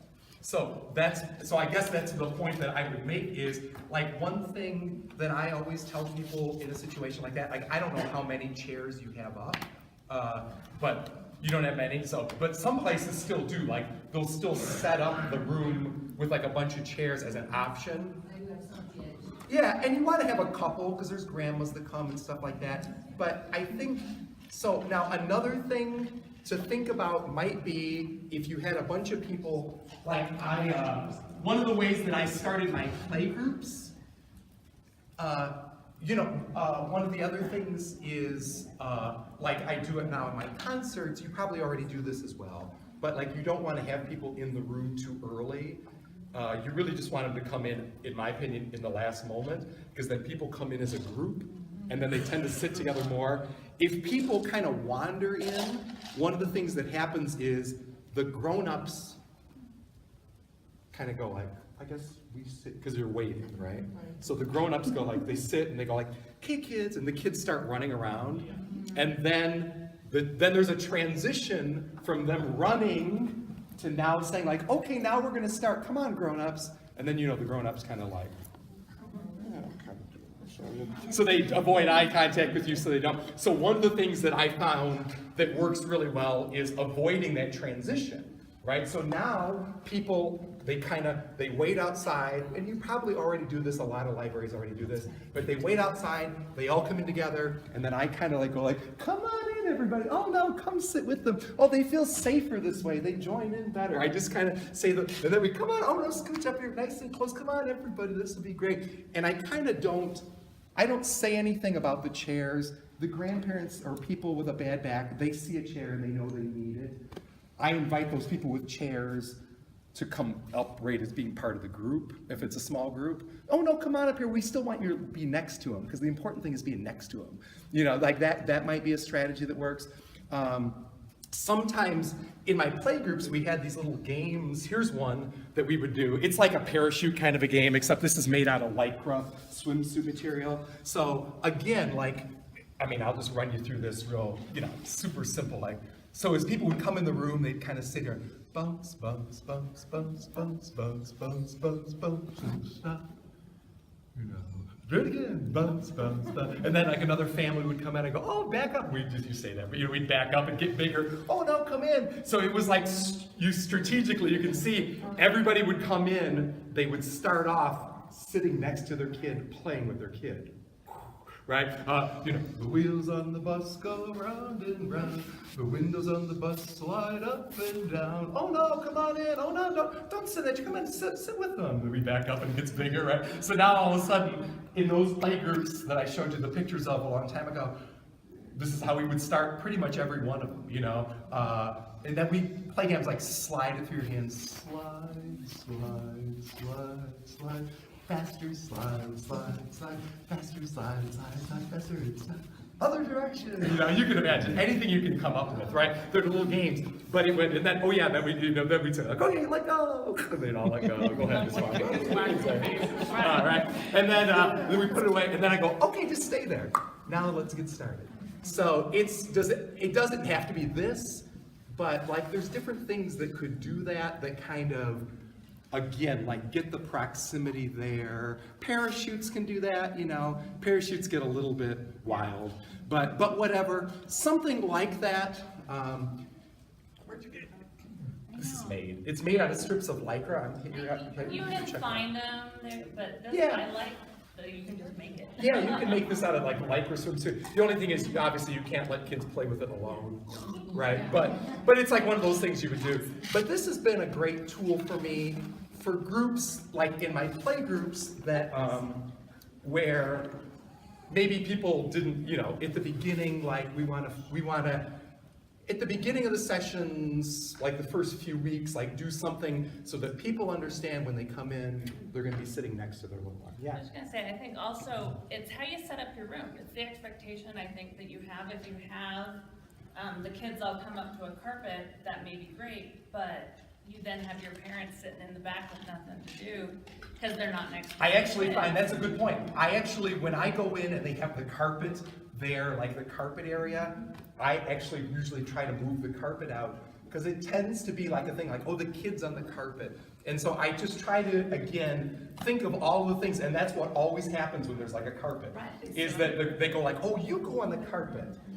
There's like, almost like, and I think it's because people like know, like, oh, in preschool, it's like the carpet, so you go there. And I was like, no, everybody can be on it. The parents are like, oh, but if I roll up the carpet, everybody sits on the floor. It doesn't matter. So it's like, I just get rid of the carpet oftentimes for that reason. So I just try to think about, I always try to think about, and then the other thing is, if it's really one, I do mean that again, if it's one person, I have really tried to be more and more, because I completely got in the mindset of like, that person, I can't believe that person's back there, right? And all of a sudden I look out and go like, wait a second, but there's like 20 other people that are playing with their kids so well. Why am I so freaked out about one person? Like, actually, now, if that person becomes a leader of the group, right, you don't want that to happen, which can happen. But does that make sense? So I have learned to start, there is something that happens when you do programming, and teachers fall into this all the time. You know, I mean, they know, like, research-wise, that teachers tend to see the same kid doing behaviors, because it's human nature probably, right? There's like somebody that you know has got a behavior, and you start to look for it. So I think anybody who does programming tends to be, you tend to sort of see the thing as like, I want to get that. And I've really tried to work on like being more objective, like, that's just one guy. Like, that's like one guy. Look at that. There's like 25 other people. Or in my case, sometimes with a concert, there's 200 other people that are sitting with their kids clapping along. Why am I so freaked out about one guy? Like, just let it go. Does that make sense? Yes. So that's another, it's all, to answer your question, there's just a lot of, it depends, but if that helps. Okay, oh, thanks, appreciate it. Anything else before we do a couple more songs or whatever? I'm happy to do little trade-offs like that. All right, well, if you have them, I'm in no rush afterwards. My flight's not till the afternoon, so we can chat afterwards. So feel free to tap. Let's do a couple more songs. Hey, let me do, there's a little thing. This is like a little story to lead me to these last little songs that I'll kind of share with everybody here. There is a song that some of you are going to be familiar with, that again, I think kind of sums up a little bit about, I'll just play a tiny bit of it. Was from my first grade. That a lot of people do, like in story times, it's like the first song, like you mentioned, like the ritual song that people do. A lot of people use this one. It's hands are for clapping. I'll just play a little bit of it. Super simple. Hands are for clapping, clapping to this song. Hands are for clapping, let's all clap along. Clap your hands. And it repeats again, like over and over. So even now the toddlers are going, oh yeah, okay, So it goes on long enough, that sort of thing.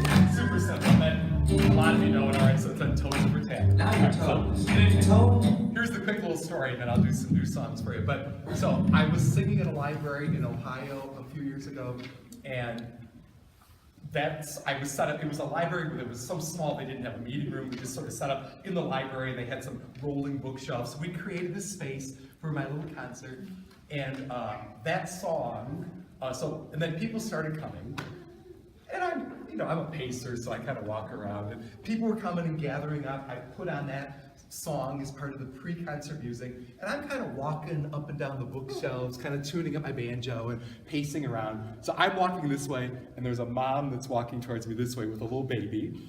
She's walking with a baby, and we sort of like encounter each other, and she looks up at me, and then she hears the music. She looks at me and she goes, "Are you the hands are for clapping guy?" And I said, "Yeah, no, I'm Jim, like that's my song." And she was like, "Oh, my baby now?" And that's our favorite song. And I said, "Oh my gosh, that makes me so happy." I said, "Thank you." And she was like, "Oh yeah, we learned it at library story time." She was like, "And we sing it every day." And I said, "Oh, that makes me so happy, thank you." And then she looked at me, she was like, "I mean, we don't own the CD or anything. I hope it's okay. We just like sing the song." And I said, "Oh no." I said, "For me, that's better." I said, "That really is." I said, "Now you've really made my day." She's like, "Oh yeah, we make up our own verses. Diapers are for changing, changing to the song." So again, I think you can figure out from what we've been talking about so far, I was like, yes, that's perfect, right? And I think, that is, when I think about what I'm hoping for, and it's part of this workshop too, right? It's not, the song is more of a vehicle for all that other stuff, right? You think about that song, all of a sudden that song, when I think that my song could be the context for that kind of a play, that kind of language play and relationship play, and we know that kid, when you see a kid like that in your story times, again, they had a mom that was talking with them, singing with them, it's all of that stuff that goes together. And the fact that my song could be part of that really sticks with me. So when I tried, and I think one of the things about that song that's nice, that some of my songs doesn't have, is that it is a kind of a nice slow pace.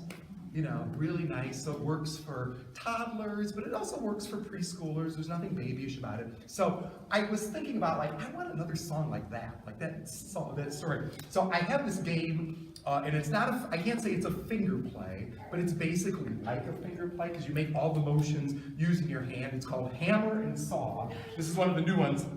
I want to introduce it to people to it here. So you make all the motions just using your hands. So there's hammer. And then there's going to be a saw. And then you rub your two palms together for sandpaper. That's all there is. I'm going to get a little bit more on the music here. Okay. All right, so here we go. This is super some of those. Hammer.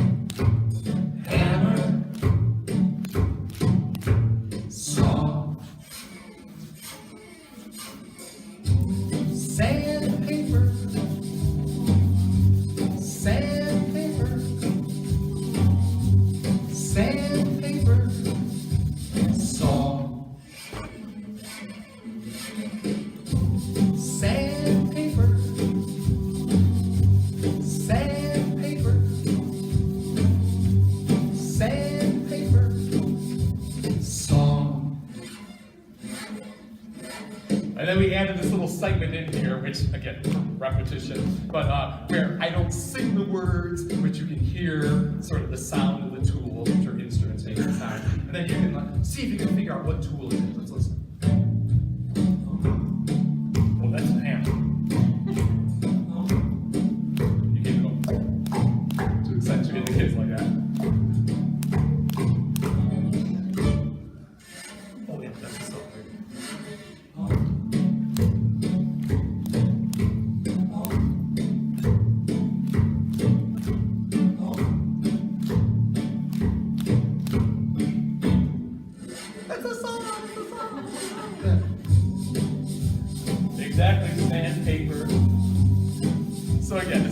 Repetitive, but think about all the opportunities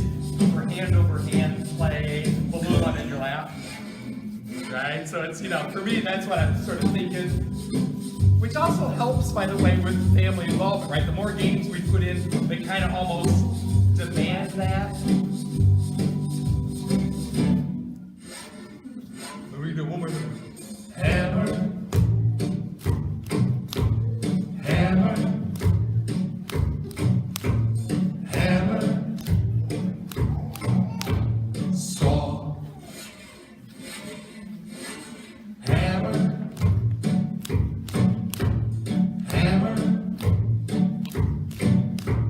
hammer, saw. I know, it's just 3 words, right? So it's super simple.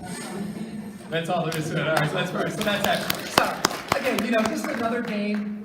And actually, one of the things that I also do as a strategy for is that I point out a lot of times, like you noticed during the concert last night, and I, in small groups as well, is that if I was doing a game like that, I would sort of say like, oh yeah, you got a little on your lap, you might do that hand over hand with them, right? If I'm doing one of the games, what did we do here so far? I'll Alabama, Mississippi, it's almost natural, people sort of do it, but I don't know if you're familiar with my song, I Took a Bath in a Washing Machine. Thank you for knowing it. So again, that one, the motion, the washing machine is, so I'll say, if you got a little one on your lap, you can add the motion with them, the washing machine. So I almost kind of say that, and then there's always somebody that does it, so I'll be like, oh, you're right, you can just have them on your lap and kind of do that, right? So I'm pointing out that one, and it's just those little subtle cues, and after I do that, more people go like, oh yeah, they kind of, so instead of pointing out the cell phone person, I really just tried to be more and more about kind of just throwing out there the other ones that are kind of doing it, and not in and not in any way what a good parenting job you're doing. But just that's so much fun. Because truthfully for me, that is fun. I love seeing how people do that. That's again, my own idiosyncrasy is for me to see grown-ups kind of playing in that way is fun. So I think, would you agree with that? It isn't I go good parenting there, judgmental or anything. It's just sort of that is a great idea. That's cool. Yeah, we could do it like that. You could whip them up in the air, whatever. So if that happens. Well, and So, taking the cues from kids and parents too is awesome because I can't come up with half the stuff that Yeah. kids do, and then it's like, oh, that's cool.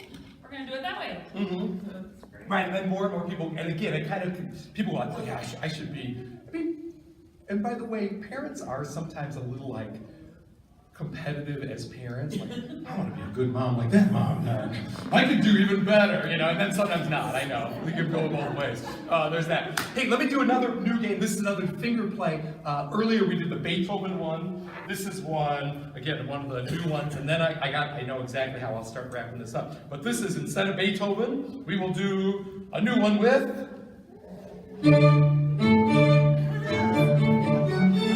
Mozart. It's called Conducting Can Be Fun, which is, it's like conducting the orchestra with your fingers. It's, so hang on, it's a great, as simple as toddlers, but there's also actually all this early little math stuff as well, so get ready with your hands.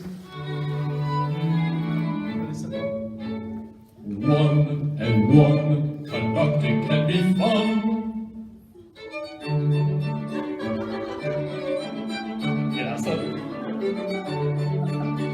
So again, toddlers can do it. Two and two, just wave them as I do. It's got the slow. By the way, it's also in two. 1, 2.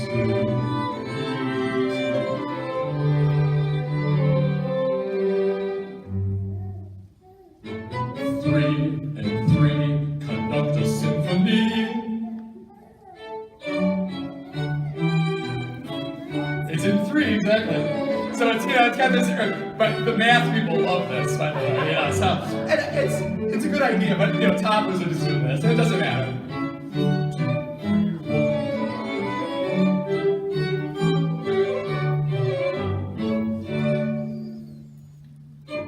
4 and 4, a chamber music score.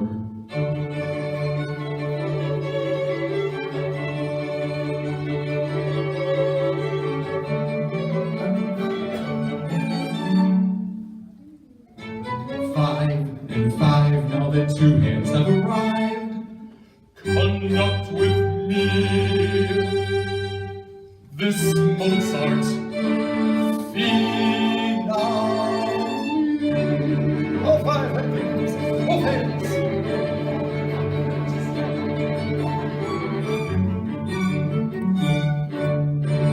I love that one. All right, so again, simple, easy little finger play. Hey, so I did mention that one thing that I wanted to talk about just real briefly, and we'll make sure we got this time to do. I mentioned that thing about that one from the left, one from the right. I'm not going to play the whole video because that'll take too much time. But we did make a little video of that song, just to point out the thing that I'm talking about. So, one from the left and one from the right met in the middle and danced all night. They made up a dance called T-Do. So that guitar waved goodbye and walked away.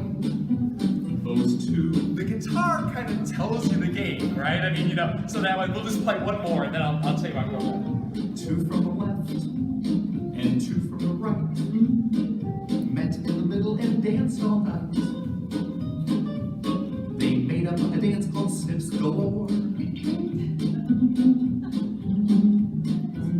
Then they waved goodbye and walked away. Those 4. Right, so you gotta see this guy, he's so great. This is his idea. And then the video goes on.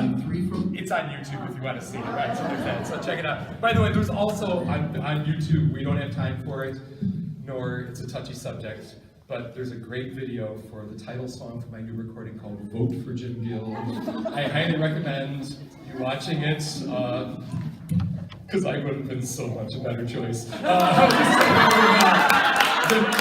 I just believe it. So watch the video, you will please. It's a game exactly like Knuckles' Knees that we did. I can show it here afterwards after the thing is up, but go back and check it out. It's really great. It's a game, but I can't do it anymore because they ruined it. No, it's not, nobody thinks it's funny, but it's a great game. But in any case, the thing about that one, the point I want to make about that one is, again, that listening for that, phonological awareness, we all know kids who can listen for the sounds of the words and predict based on that, like we talked about.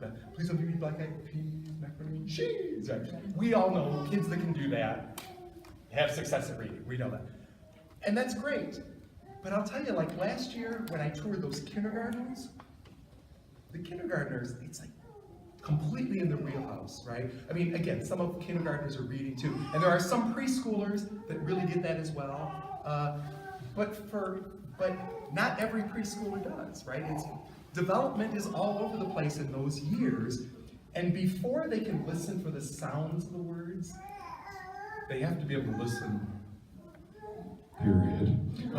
But they also have to be able to listen for something broader than the rhymes, right? They call it, again, a child called auditory acuity, like the sharpness in hearing. So I got a lot of games that I consider like listening games, even like that hammer and saw, right? Like when you listen for that. Like that's like a listening game, the kind of listening you need to be able to do. But my point about that one is, one of the things that I've started doing with my musicians is more and more like playing the game. Like with him, I sat with the guitar player, and he's a jazz player, so he loves this. This is like completely what he loves to do. So I said he goes, well, show me the game. Because I said, I want to be able to really illustrate it. So he was like, well, show me the game. So I showed him the game, and he literally on this one, he was like, just mic it up, I know what I'm gonna do. I mean, it's like great, right? And then I said and then I go he was like, oh yeah, So now, think about it. So think about how a lot of children's music is. This is not because it's rock and roll, but a lot of music is kind of rock and roll music, and it's just kind of rhythm. And you put on the song about whatever, again, I don't want to pick on any artist, but whatever. You put on a song about anything, about dinosaurs, because I'll go, woo! And then you put on the song about sharing, woo! you know, like that kind of thing, right? And again, that's not harmful, I'm not making fun of it, but I just, like I said, with the jump up, turn around, I believe it can like be better than that, right? They can listen for the language, or in this case, when it's recorded music with good musicians, they can actually listen and regulate their movements based on the sound. If you're listening like that, right? Now, this is not just my music, right? You could do that, you could give them scarves and have like a Strauss waltz, right? Like high and low and round. Same kind of a thing, right? It's basic music and movement, but again, it's like, well, that's music and movement. Yeah, but if they are moving high and low with the tone for music and round, listening like that is the kind of listening developmentally they need to be able to do before they can listen for things like rhymes, right? So it's all exactly part of the same thing. So I have one little song that literally takes, that demonstrates a little bit of that, and then I'm gonna wrap it up with one last song. But I love this one, it's called My Ups and Downs. If you're not familiar with it, it kind of exercises what we just were talking about there. What I would say is, you know, I would do it whole body all the way up and all the way down, but you just do it sit down. We'll just do arms. So here, I'll put it on. All right, so it's 1 minute and 15 seconds. It's super simple. So it starts way down low. As I ascend, my arms extend, and I intend to stretch my body straight. As I elevate, Way back down. the music falls, I'm getting small, I finally sprawl till I can move no more. On the You keep floor, doing it that way, I'll show you how I do it. my body grows and grows until I pose on tiptoes. I am way up high, near the sky. And way back down. Soon I sink, my size will shrink. I'm on the brink of bruising my kneecaps as I collapse. One more. One last time, I think I'll climb this pantomime. It's surely been fantastic, like elastic. My knees bend as I descend. This song must end while I am sitting down on the ground. Very good, all right. And again, yeah, so again, what is it asking kids? To regulate the movement high and low as the tone of the music goes up and down, right? So again, I like the vocabulary and all that stuff in it, but really, what I like about it's as simple as that, right? So even in a toddler group, it's fun to like have moms do it, you know, moms and dads do the motions with them. But again, that kind of listening, that exercising that kind of sharpness in hearing, that's really literacy, right? So, all right. The way I want to wrap it up is just enough time. With the song, again, one of the things, you know, obviously, talk, sing, read, write, and play. I mean, we've kind of covered all of them except for writing in lots of ways. And so I'm going to do that with the other book that I made years ago. There's an old Russian folk song that a lot of you know, May There Always Be Sunshine. Years ago, I made my first little book out of this song. Basically, what you'll see as like a little writing kind of activity. But in my playgroups, well, first, if you don't know the song, the old words, super simple. It goes, may there always be sunshine. Then everyone sings, may there always be blue skies. Let's sing that. May there always be blue skies. The old words are, may there always be mama. I like to sing, may there always be family. So it includes everybody. Let's sing that. May there always be family. And you sing, may there always be me. Point to yourselves in a two. May there always be me. Okay, those are the old words. The great thing about the song, you can sing about any way you want. In my playgroups that I did for 20 years, how we ended every one of them. We would sing those old words, and then we'd go around the circle, and we'd sing everybody's name as a way of saying goodbye. You know, may there always be Rachel. May there always be Jackson. Jackson, thank you for coming. You know, so, for a few reasons. One, it's sweet. Two, it teaches me everybody's name right at the beginning, and you know how much parents love that when you actually know kids' names. She remembers them, like, you know, that's so great, right? And it teaches each other everybody's names, so you got this little community. And number 3, it shows kids that you can change the words to the song, because eventually, if they have the language abilities, that's where I like to go with it. So again, we would do it with names week after week after week until I would get to a certain point, and then I kind of give like a little prompt. I go, one time somebody raised his hand, he said, "May there always be pizza." Let's all sing that one, ready? May there always be pizza. The other night, I told you I was in Delta. A little girl raised her hand, she said, "May there always be horses." Let's sing that, ready? May there always be horses. Who else has got something they'd like there to always be? Somebody give me an idea. Libraries. Let's sing that one, ready? May there always be libraries. You get the idea, right? We just go on and on, I'm getting ideas. And what I would do,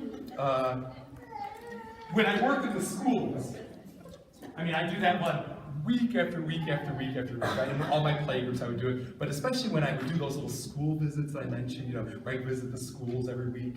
It's a little thing. I would do it just like that. We'd get the ideas from the kids until there's a certain point at which kids start like coming to school in the morning, or they come to your story time. And you go, "Good morning." They go, "Good morning. Are you going to sing Sunshine today?" You're like, "Yeah, no, I'll sing the song." We usually do it, you know, it's at the end, right? We always do that at the end of certain times, so we'll do that. "You call me, I got my word. I got my word. You call me, I got my word." Right? Like, okay, no, when it's circle time, I'll call on you. So I'm going to say donuts. I'm going to say donuts. You call me, because I'm going to say donuts right now. And this is my point. If you've got kids at home thinking about their words, I mean, how great is that, right? And again, it seems like such an obvious, you know, thing, but then the obvious follow-up activity when there's that, and again, I would do this like in the school setting, but there's a way to get families doing this as well. There's a little, you know, after craft kind of project. But you know, in a school, we would sing it in circle time. The kids would go, "Donuts, donuts!" Right? We get the ideas. After circle time was done in the preschool, some kids would go to blocks and housekeeping. I would park myself at a table with a big stack of paper, and the kids would come over and go, you know, "What do you want there to always be?" And they say, "May there always be water." That's a great one. Let me write that down. May there always be water, by Jessica Fuentes. Give her the piece of paper, she draws a picture. Here's the sweet one. What do you want there to always be? May there always be my grandma. Let me write that one down. May there, and I write down every word. This is again, like, you know, because part of the whole you know, and in graduate school, like my professor was like, "I like it when you write down the words because it shows kids the connection between the spoken word and the written text." And there's that, but I also think it shows kids, when you write down every one of the words, instead of like a photocopy, "May there always be blank," think of the difference, right? You write down, "May there always," as opposed to, "What do you want there to always be?" "May there always be my grandma." Okay, grandma, next. That's not the same, right? So again, you get that going, "May there always be my grandma," by Ernesto Salgado. Give him the piece of paper, he draws a picture, right? Put them all together, right? You can do this with families as well, like afterwards, you know, you kind of do a demonstration. If you can get parents doing bookmaking like that, writing play, I mean, again, when I say, does it teach kids to read? No. Does it help them learn to read?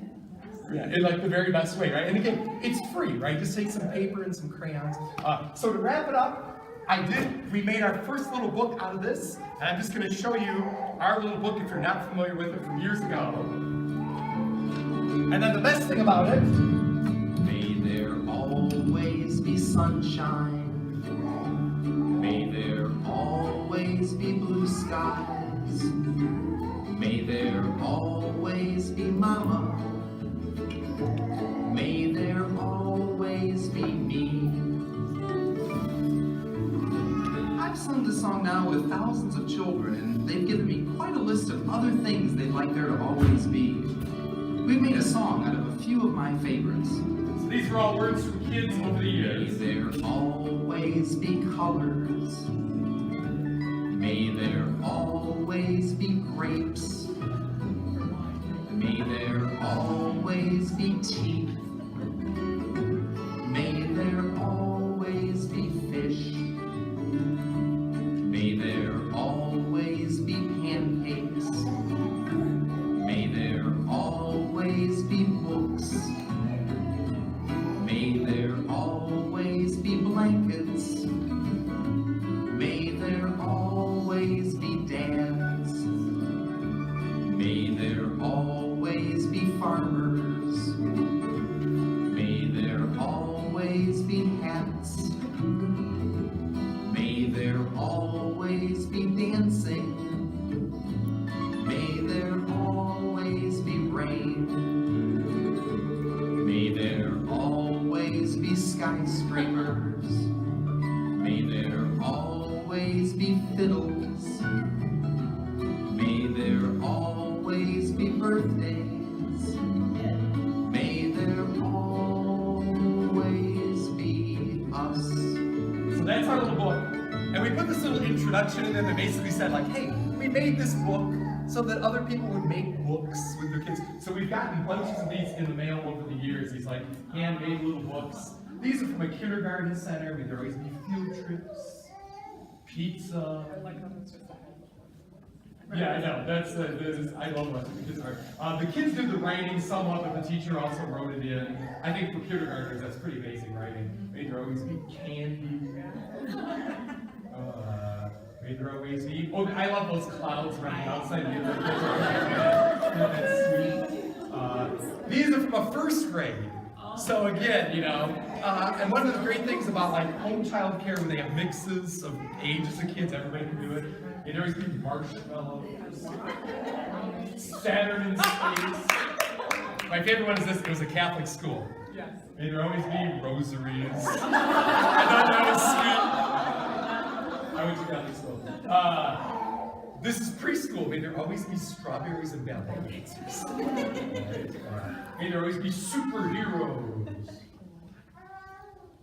May there always be guitars. Oh, this next dude is great. May there always be jumping. Now this one, a mom sent me these next ones, I think, with her little 4-year-old little boy. May there always be brothers. And may there always be wigs. And then the last one, may there always be families and trying to think it that way. So, again, the whole point being, what we all the time, when we put together what's in their hearts, right? Whether it's may there always be brothers, or I love those jumping games, with the work that they're starting to do in their heads, it lasts a whole lifetime. Let me say this, first of all, thank you everybody again for coming today. Thank you to ULA for inviting me. If you have already been using my songs in Storytime, my books, thank you very much. It makes me so happy. And hopefully you got some more today. I'm in no rush. I'm happy to chat with people afterwards. You had something you needed to tell them, right? I do. All right. Here, I'll give you the microphone. I was getting all warmed up. I didn't even need it. You did great. Sharon bought us, oh Sharon, you're here again. Awesome. Sharon bought us a CD, so I'm going to give that away in just a second, but I do have a couple of things to say first. Jim, yes. We have a little gift for you. Thank you so much.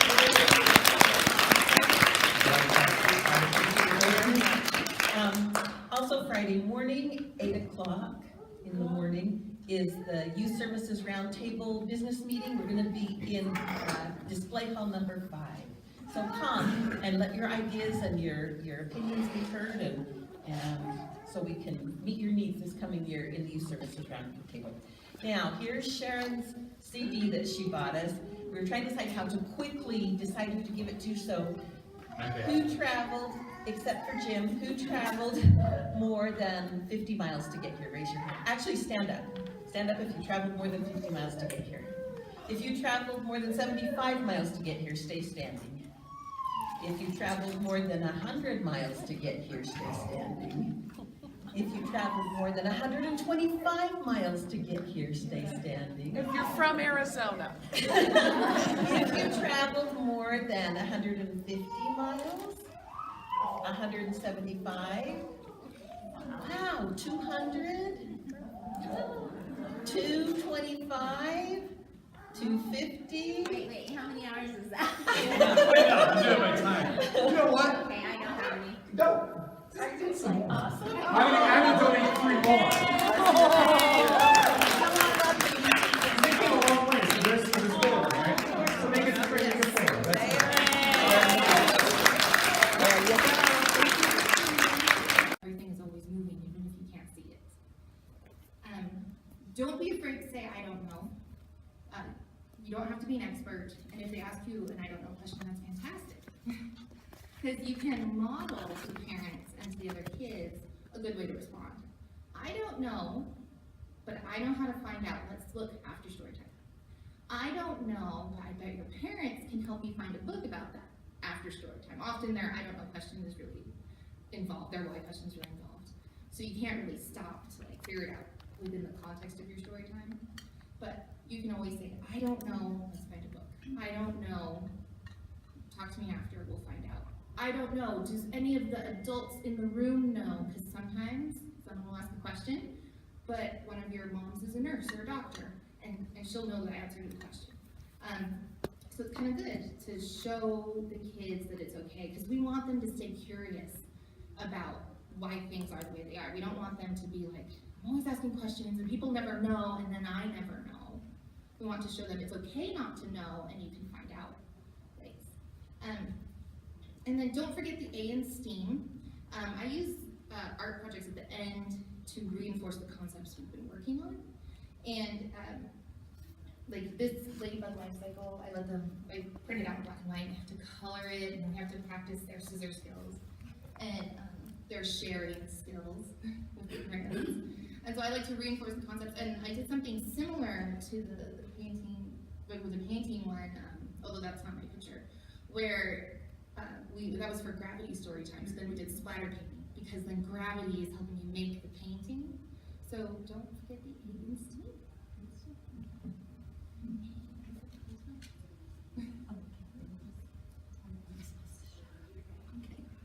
I'm Shelley Ward. I'm at Taylorsville Library with Elizabeth, and I gotta figure out how to use this. Okay, so I'm gonna emphasize the hands-on experiences because that's sort of my fun thing I love to do at the end. I always try to have some kind of thing that they get to do themselves. I guess I could actually look at the screen in front of me. I'm sorry. Using imagination through pretending to reinforce concepts. I'm really big on imagination and pretend. Using books and songs, and you guys are doing all this stuff, so we're just, talking to people who already know, but I like to have them act out the thing to reinforce the concept or teach it, and then we are starting to incorporate museum boxes, they all have these different kits that you can reserve, to kind of take some of our story times up a notch and bring the science to them from the museum. So I'll talk more about that later. And then finding ideas on the internet and adapting them to your comfort or skill level, because I don't invent any of this stuff. I go find it and then I say, I would never do it like that because that looks exhausting. And so I just simplify it and I dump it down and then I do it myself. All right, so don't be afraid to be messy. So all of my hands-on experiences in storytime generally somehow involve destroying the carpet. I don't know. So these tubs are from Dollar Tree. I've got 20 of them. We've used them a billion times for all ages, and they become my best friend in storytime. And then I got this huge tarp from Lowe's, and it's not even big enough. I need to get another one because I thought that's massive, and I obviously struggle with measurement because it's only half my room, so I need another one the same size. And just lay those down, ask for the adults' help, and then we do everything on the tarp. So my one example is shaving cream sheep. So I did this in farm story time. We talked about sheep. They have wool. What do we do with it? What if we never sheared a sheep? What would they look like? I had a picture of this poor sheep they found after like 5 years. It was not pretty. And then I said, so they need to be sheared regularly. And then I said, so we're gonna shear some sheep. Oh, and I showed them the video of the sheep being sheared. And then I had the parents come up. I always use a lot of assistance from them. Gave them all a balloon, we sprayed it with shaving cream, they smeared it around with a paper towel. I gave them a popsicle stick. This is when I was still trying to care about the kids' clothes. So we had a bib on them that was a garbage bag. But at this point, I'm like, if the parent doesn't want to do it, they won't, and they never say no. They're like, oh, it'll wash. And so I didn't have a tarp yet, so they were in a garbage bag. And this little girl would not leave. She just was just moving this shaving cream around, and so I had to take a picture because she's adorable. So that's a fun one. And then mini elephant toothpaste. Well, of course, elephants don't brush their teeth, but it was a fun tie-in to an elephant story time. And I found this, we've all seen that Steve Spangler thing, that's epic. Well, this is a mini safe thing with yeast. And so I pre-prepped it into the tubs, explained the experiment to the parents, had it on a whiteboard with the steps, and then handed out the materials. And this little girl is so invested in it, her tongue is sticking out, she tries to pour it into this device, you know. So they love to do the experiment. And I compare it to when you drive with someone and you're the passenger. I don't know if you've done this, I arrive places and I don't even know how we got there because I'm not paying attention, because I'm talking, I'm holding the phone, I'm saying, turn left here, but I won't remember where I told someone to turn because I'm not driving. The driver's the one who remembers how they got there. And it's giving them a chance to be the driver and not the passenger. They pay more attention.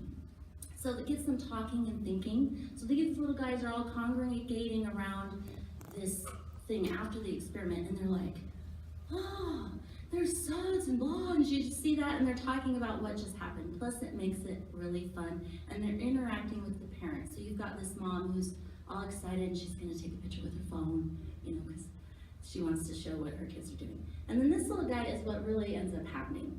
He's in it, he's going for gold, he's digging, he's squishing. I mean, we couldn't get him away from this tub. His mom's like, okay, it's time to go.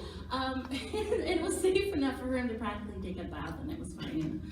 As long as he didn't start swinging it down, we were okay. So kids love to play and learn. Floating ink. This made the rounds on the internet, so you've probably seen the ink floating, but we've done it with almost every age, including adults. And so this was a fun thing, but you can simplify it to make it doable in preschool and have it not be too expensive. So this was an ocean activity. I just had 2 colors, blue and yellow. We used cardstock instead of the expensive paper.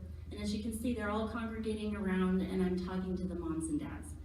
And then this one, I'm showing them the experiment on their eye level. So if you're gonna actually have them do something and it has steps that are, you want them to kind of see the process, bring it down where they can see it. It is dangerous, there is a risk. These guys kept bumping the table and they're like practically swimming in it, and I'm like, step back. So I always do these, and then during it, I'm like, why did I do that? And then afterwards I go, it was fun. It was okay, it was good. So explain the process to the parents. They have this hands-on experience. They learn, really see the mixing colors. So they had the blue and the yellow, and they sometimes stay that way, but when they hooked together, suddenly they were green, and they could actually see it on their art, and thought it was really cool. And then they also had to learn how to be careful, because they were trying to keep, they learned about surface tension, they were trying to keep the ink on top of the water, because if they juggled it too much, it would sink and they wouldn't have any beautiful art. So they were having to move it with chopsticks or skewers to gently move the ink around.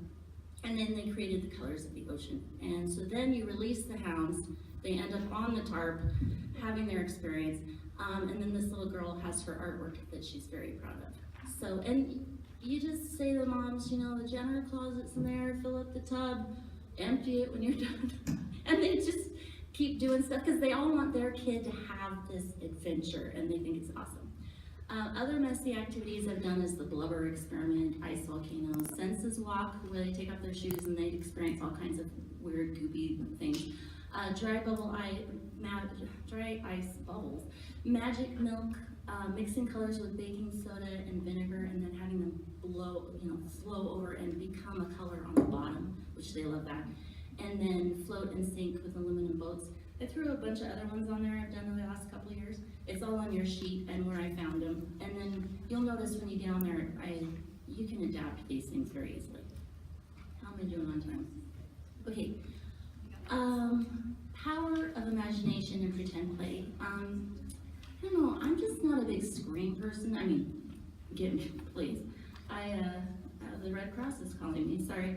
I have a phone, use it all the time. Little kids have tablets, they use them all the time, but when it comes to story times, I just generally don't lean as much to the TV or the devices. I really want them to have an adventure with imagination, because they lose it so quickly. I had a mom tell me, I love that you have them pretend, because my daughter is 5 and she already doesn't want to anymore. She finds it embarrassing, she doesn't want to do it, and so it's an art that can be lost so quickly. So it reinforces this childlike wonder. If you have a child that's shy or uncomfortable, is almost to the point where they're like, I'm above such things, if you give them a prop, it sometimes brings it back in. So like if you're driving tractors and everyone else is okay with their own steering wheel, and you notice over and over that you have enough people that don't want to participate, start giving them props. So we hand out a plate and suddenly we all have a steering wheel and we're willing to be on our tractor. It encourages creativity and problem solving, because they're part of the story. So it puts them in the story, it helps them think because they created. It teaches social skills through play, because when we're being really fast and we're swimming in the ocean and we destroy and kill other sharks in the ocean because we run into them and knock them over. We've got to be gently as we swim through the ocean, you know, look, there's people over there, only they're never people, they're other stuff, you know. So it teaches us how to play well with others.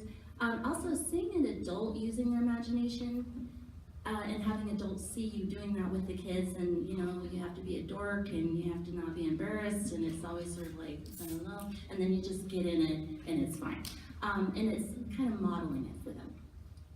I love seeing kids dressed up outside of story time. So we've all seen this. This is a fun way where you see the little kid in his superhero cape at Kmart or wherever, or the little girl who was allowed to dress herself. It's my favorite thing in the world. If I see nothing matches, it makes my day, because mom let her be independent. She dressed herself. It's kind of this empowering thing. It broadens perspective, reinforces science concepts, increases empathy, because they are thinking, what if I was that thing? You know, what is experiencing the food chain, and what's eating what, and all those different things. Physical activity and play stimulates the little gray brain cells, as Perot would say. So, example, animal habitats. So I put the tunnel, got the parachute, put it over some chairs, we have our rabbit burrow. And then we pretended we were bears and we were gonna hibernate in the cave. And then we were ants in an anthill. So they have these different adventures with animal habitat, and it's really the same thing. You just run around and suddenly you become that thing, and then you crawl through a tunnel, hang out in there, and the moms loved it because, you know, we would talk from outside and go, so what's going on in there, you know? The mom would call out for her child and she'd scream, I'm in the rabbit burrow, you know, that kind of thing. It's fun. Songs. I love using songs. So there's a huge list on there for you, some of the ones I've used in the last little while. Because a song gives you built-in activities usually, and a time frame to work in, which is awesome, because pretend play needs an ending. A song is the perfect way to do it. Plus you can kind of tell, a lot of times almost to right before the end of the song, you're like, it's so long enough, you know, and sometimes I'll just end it early. And it gives you that option. So an example is Butterfly Metamorphosis. It's always fun to find a song that teaches them that, or you could even just have a song play in the background and they are acting it out. So they crawl into a little ball and they're the egg, and then they crawl out and they're the caterpillar, and then they get stiff and they're hanging up as the chrysalis. And then you talk about the wings being wet, breaking out and drying off, and then they're flying around the room. And you can repeat it multiple times, and while you're saying it, you keep saying metamorphosis, and you're talking about the different parts of it, and you're asking them to repeat it back to you, but they're moving and they're remembering, and it's kind of fun. And we've all done this. Solar system and orbiting planets. I find a lot of songs like through YouTube, and sometimes you'll have this video and you go, oh my goodness, I would never show this, it's frightening. They animated the planets, and some of the reviews even said, what's up with Venus? Like, who thought that was a good idea, you know? And you go, whoa, but the song's okay if you don't look at what they did, you know? So I just put the song on a CD, and it tells them what the planet is, and tells them a little bit about the planet, and then I had this mom standing in the middle, and she had a huge ball, and she was the sun, and we all had little balls, and we were different planets, and I'm like, pick a planet, what are you? And we orbited the sun. And then I would say, if you're the earth, you better be turning, you know, so then that kid stops and they're like, all of a sudden, you know, it wasn't my best moment because then they're knocking into everybody. But, so they're thinking about it, you know, and it's fun. And you can talk while it's happening and they're learning and they're having fun. Gravity. Found this fun song on gravity. Talks about what gravity is, but then it's giving them a chance to jump and experience gravity. So those are some examples. Books and pretend play. We all do this all the time, but this was a fun one recently where it was an aha moment. Snail trail, doing things that are slow. So I was doing snails and turtles. And this, at the very end, you know, during the book is hilarious because he's like having this epic journey climbing mountains and wading through lakes and everything. And then at the end, it shows you the snail trail and he went like 1 foot around the backyard. And the kids laugh because they see he didn't go anywhere, you know what I mean? But they see the trail of slime left behind, and I reread it right before story time, and I'm like, oh my gosh, I could put down masking tape. This is amazing. So I'm laying it down as they're walking in, and they're like, what are you doing? What's going on? What's gonna happen, you know? And I'm like, just wait. And so then I had a puppet that was a snail, and we slowly moved along the slime, and it kind of reinforced the book. More pretending. Recently I've done a grocery shopping with a shopping list that is visual, and then they go shopping and then they have to pay me $1, and we talk about how there were 4 things and each thing cost $0.25. And I'm like, this is the best store in the world because your mom could never afford it. This would never be how much they cost. So they're learning that. Push and pull a tub like a tugboat, and they actually push it and then they pulled it around the room. Bird hatching from an egg, a dog obedience skills course where they were the dogs and there was an obstacle course in the room. Escaping the hot lava, which is the thing her people remembered, because we talked a lot about burning fire with lava. Farmers planting and harvesting while driving a tractor, and then buzzing bees to the Flight of the Bumblebee song, which is really fun. And then swimming in the ocean with scuba diving equipment, putting it on, talking about how we can't breathe under the water unless we have help, and then finding different animals. So those are just some examples. And then this is the bug box from the Natural History Museum at the University of Utah. And they let you reserve these things. They treat us just like teachers.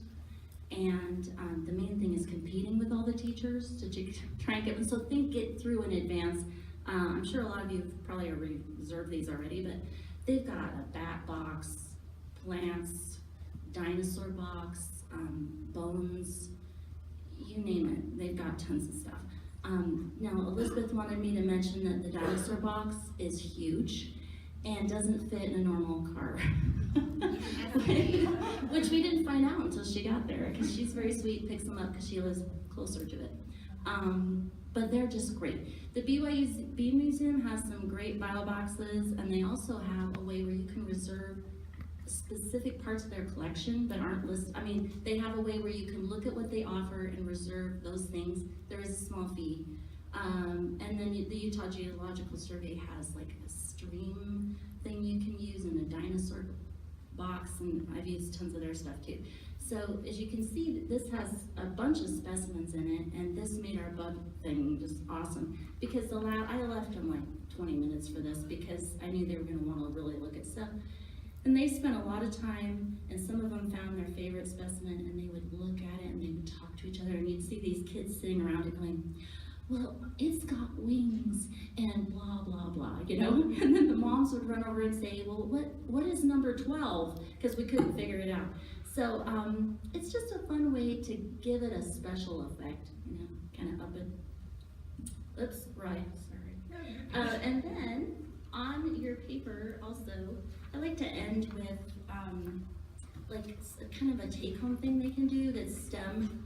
And I find quite a few of them, well, almost all of them online. But Teachers Pay Teachers is a great resource for that. And if you create an account, they have a free section, which is where I live. I don't really pay for anything if I can avoid it.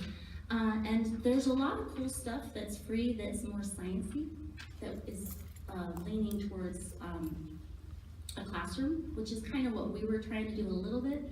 And it's been really fun. So thank you.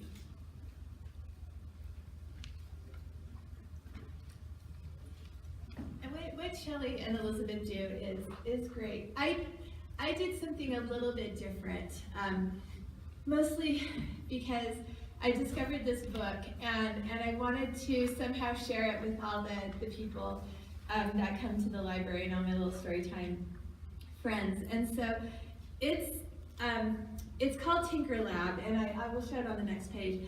But I wanted to call my program actually Tinker Lab, but I was afraid that I would get like copyright infringement because she has her book and she has a website called Tinker Lab. I don't know if you're familiar with it at all, but she's this woman in the Bay Area in California. And anyhow, it's all about experimenting. And so I put this little quote on here, and it says, "All life is an experiment, and the more experiments you make, the better." So I think that's really good, you know, not only with like hands-on learning kind of things, but just in general in life. And as I was putting together this presentation, I realized everything about this Tinker Lab, honestly, philosophically, you can take and apply to your life and really have a more full and experienced life that way. So the fundamentals of how I created my program is, it's all about the process and not about the product. And I'm kind of that way with everything. When you're working with young children, you know, nothing has to look beautiful. I can't make anything look beautiful, but the act of, you know, using scissors or painting with different materials and seeing what it feels like or what happens, that is what's important. So, so most of my activities, all of the activities in Tinker Lab were that way. Most of my things are that way too. What I tried to do, and I said about with this program as well, is provide activities for a variety of ages and abilities. So I don't limit anything by ages or anything like that. So everyone was invited to come in. I had really simple projects for, you know, little babies obviously can't really do much, but you know, if they could put a sticker on a piece of paper, there was that for them. Or, you know, so you think very, very basic to something that's more complex. So if a kid has the ability to take something and move beyond, that is awesome. And so think about creating these activities with that kind of scaffolding. Like, you know, the littlest of kid can do this. The biggest kid, if they put some thought into it, can do so much more. So just allowing your activities to be that way. I tried to, for me it was very important to have it be a caregiver-child interaction. So I would encourage the people who came, you know, to do it together. I had tables set up around with different activities, and there was probably about 5 to 6 activities for each little theme that I did. And I would have a sign on the table that says, you know, this is this activity and this is what you do, or whatever it is. And then there would be some questions sometimes, like, you know, ask your child about this or talk to your child. Because I think it's really important to involve parents and get those parents engaged and get them interacting with their kids. It's not, here kids, you guys do this, I'm gonna stand over here and talk to my friend Susie. It's the time, you know, and I really encourage, as people came into the room and we talked about that, you know, this is a time to spend with your child and do these activities together. And then there were like, you know, I always had some kind of active sort of thing, like hula hoops on the floor or, you know, whatever. And then, you know, after they did their interaction, I could never get people to leave. I mean, they would just hang out there forever. And so the kids would start just playing and then the parents would just talk and hang out. But that's okay too. So provide projects that encourage tinkering, exploration, creative thinking. Just be really creative. The other thing, part of the reason I did this as well is because I found in my story times too, I will do things, I probably have ruined a few carpets in my time because I did not have a tarp, and actually this comes down to the next step too. But you know, I would do things like I would let them paint, or I would let them stamp, or I would let them do these kind of activities, and parents would be saying to me, "Oh, I'm so glad you do this here at the library because we don't do this at home." Or I don't, you know. And I think today these parents have these ideas that houses are much cleaner than, you know. Maybe they were clean at my day. I don't know. I always had a messy house. I always figured my kids could do whatever, and my carpet tells you the story of what has gone on in my basement throughout the years, because You know, and when my kids are all gone and out of the house, I figure we'll redo and we'll clean and we'll start from there. But for now, it's a place where they can play and create and have these experiences. And my youngest is now 14, and I complain all the time about what she does because she will gather things from my kitchen and go downstairs into the basement where the TV room is, and it's white carpet. It was that way when we bought it. Now it's white carpet with orange and purple and black different spots on it. But she still goes down there and tinkers and mixes things together. And so that was how my kids were and how my house was when I was growing up. So I've kind of figured the library can be a place for this, because I don't think kids are getting this at home. So for me, that was very, very important.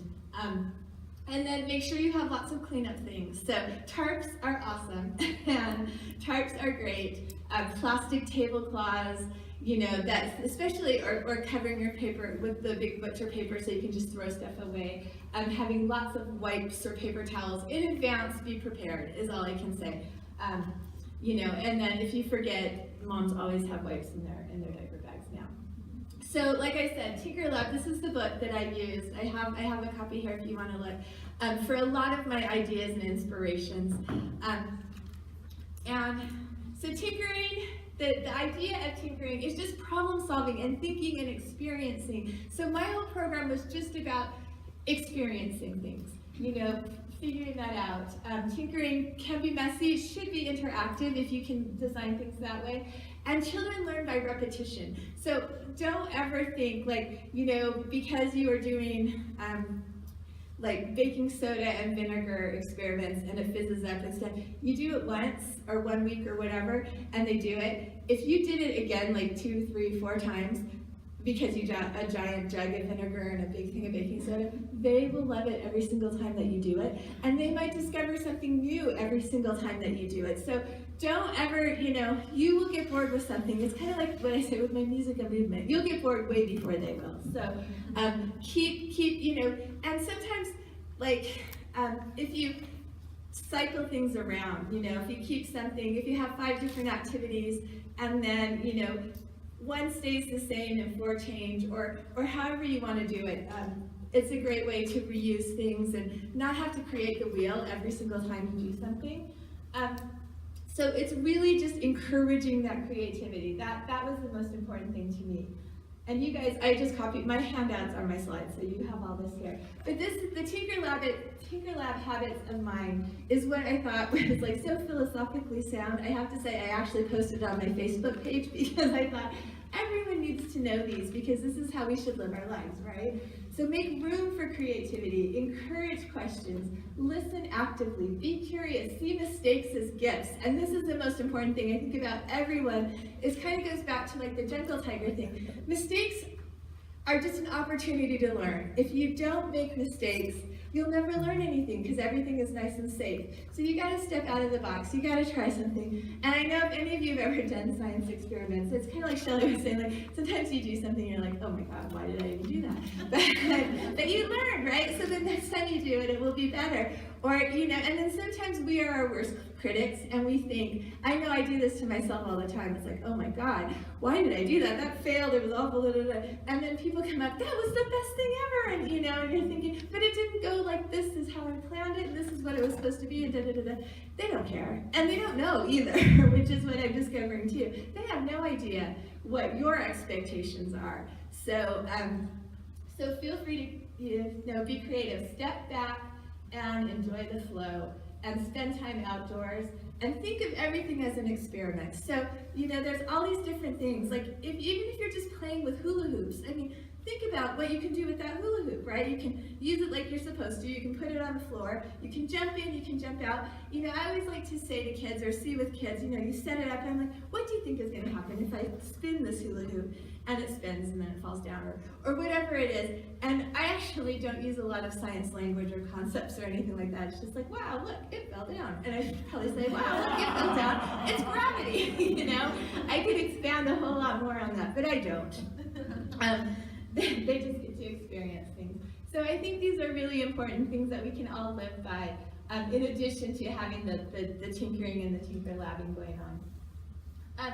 So I started this program literally like 3 weeks before I got a new job and moved on. So we didn't do very many sessions of this, but one of the sessions I did was a circle exploration. And so there were all different kinds of ideas. I stole this straight from the Tinker Lab book and just kind of adapted it for my situation. So circle stickers. So using all sorts of different sizes, there's dots, little dots, big dots, and just putting circle stickers and paper out and letting the kids explore with circle stickers. We talked about circles and how dots are circles and how they're small circles and big circles. And mine was always a drop-in and people moving around and going to different stations as they wanted to. And so I would just go and interact with people. So I just tried to be a really good hostess, and normally I'm a pretty shy person and I don't really like to talk to people, but you know, I don't mind talking to kids. And so going up and talking to the kids and like asking them questions, and you know, some of them just put dots on the paper, and this is where the age thing is different, right? A 2-year-old is just gonna stick as many dots on the paper. I had one little kid who just piled all the dots up in a, you know, so they had a tower of dot stickers. It wasn't anywhere on the paper but in this one tower. And that was something interesting, you know, something I never would have thought of, and you know, but that is where their exploration comes in. So they can create whatever they want to create. One of our other stations was tracing circles. So you have a whole bunch of different things to trace, big things, little things, and give them a big piece of paper, markers, crayons, whatever you want to use, and show them how to trace. And it's great early learning because it's writing practice. They're practicing using those tools that they would use to write with. It's also really hard. Like, I didn't think about how hard it was for a kid to trace something, but they didn't really get it. You know, that one took a lot of parent interaction, which was good. I mean, honestly, it required the parent to help them and to get there. But we talked about how, you know, they were drawing their circles and how there's different shapes and different sizes.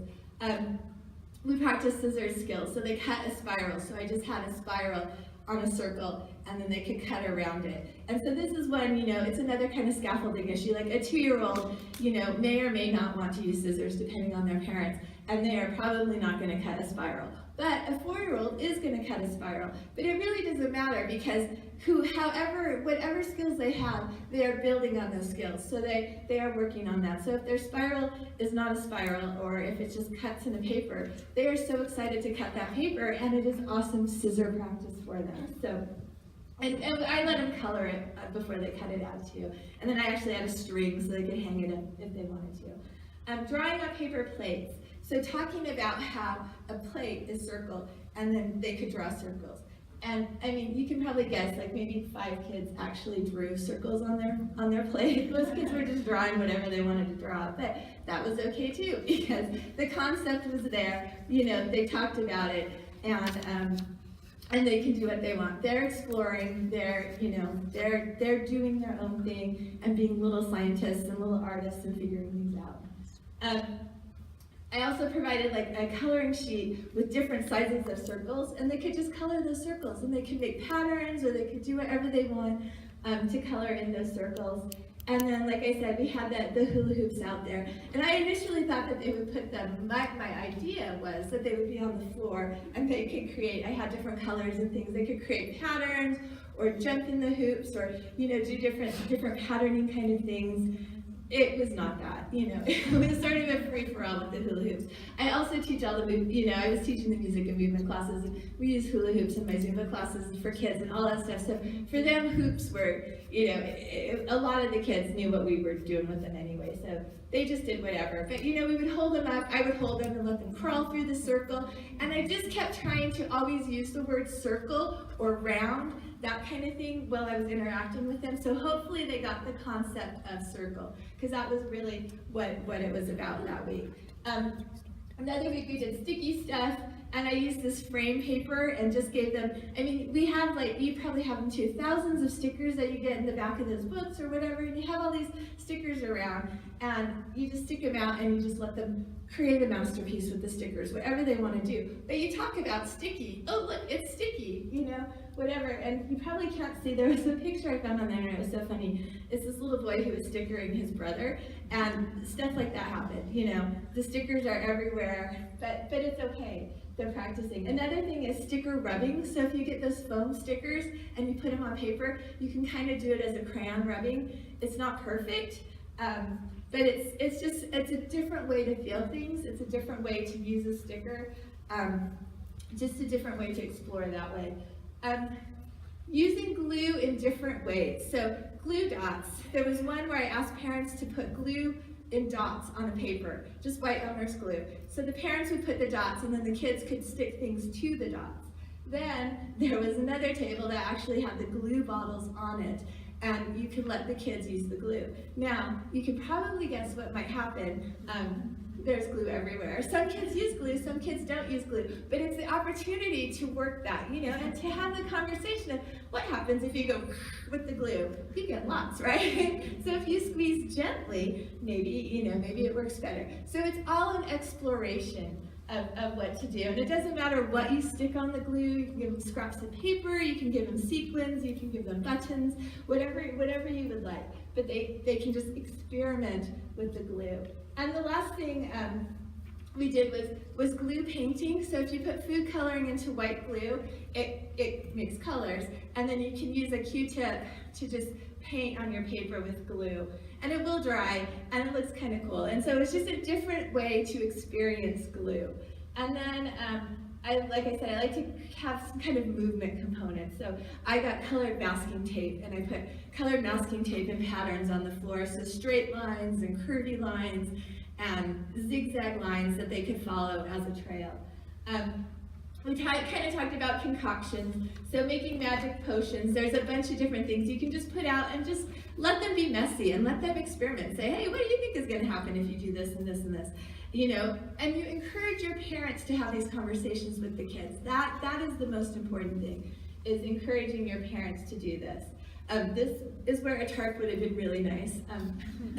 We had baking soda, and it was the kids had more fun with that than anything. And you can do them in different size cups and test tubes and all kinds of things, so that they can see skinny things and wide things and how it works in different kinds of ways. Be careful giving them food coloring. I did. I don't know. I was dumb, but that was a little messy. Figuring out there's washable liquid watercolors, and those are awesome. And then paint in a bag is really cool too. You get a Ziploc bag. You can put paper. You can put paint in it and squish it together. And so it's all about mixing colors. If you put the paper, you can cut the bag off, and then they have a masterpiece to take home if you want to do it that way. Or like on the bottom when they have paint in a bag, they taped it to the floor for the little guys, and then they can just squish it around and see the colors mix and feel it. So once again, it's kind of an example of scaffolding and how you can, you know, do one thing for small kids and something for others. And so obviously, in some of these, the paint is already in the bag, or you can let the kids try and squeeze the paint in the bag themselves. It's all up to you what you would want to do. A lot of it's how helpful your parents are and how much your parents engage, because if your parents are really checked out, you don't want to probably do some of these things. And then concoctions, part 3. So I gave you some recipes. I don't think I did give you the recipes. I copied them off and I forgot to give them to you. But on the Tinker Lab website, there's Play-Doh and Cloud Dough recipes, and it's all that tactile experience and creating these concoctions.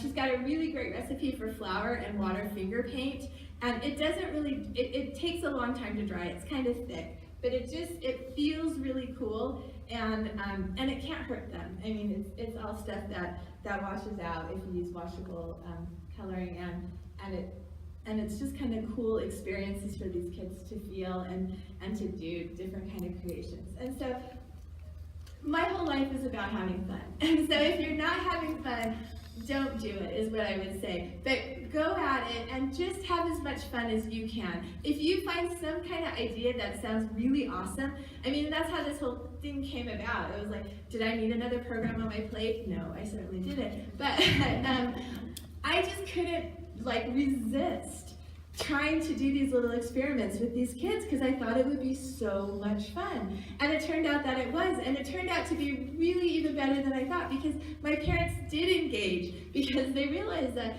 if they weren't there, yeah, Toby is gonna, put paint all over his shirt, and so we better pay attention, and they kind of got it. Like I said, I didn't do it for as long as I had wanted to, but I think as you did it more, the parents would really get the idea of, gosh, we can talk about this. We're exploring circles, and the concepts that go with circles, and you could really see, like, some parents really did get it, and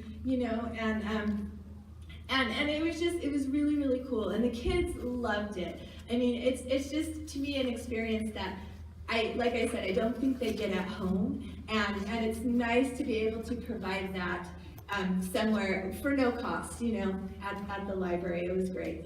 So anyway, thank you guys for listening. I probably don't have time for questions because I'm sure I went over time. So anyway, thank you again for listening. If you have questions, come and see us afterwards. I have a whole bunch of books that have really cool STEM ideas if you want to write them down, if you're interested in ordering some of those things. And Shelley and Elizabeth are so smart, and they have lots of answers to all your questions too. Thanks for coming. Thank you.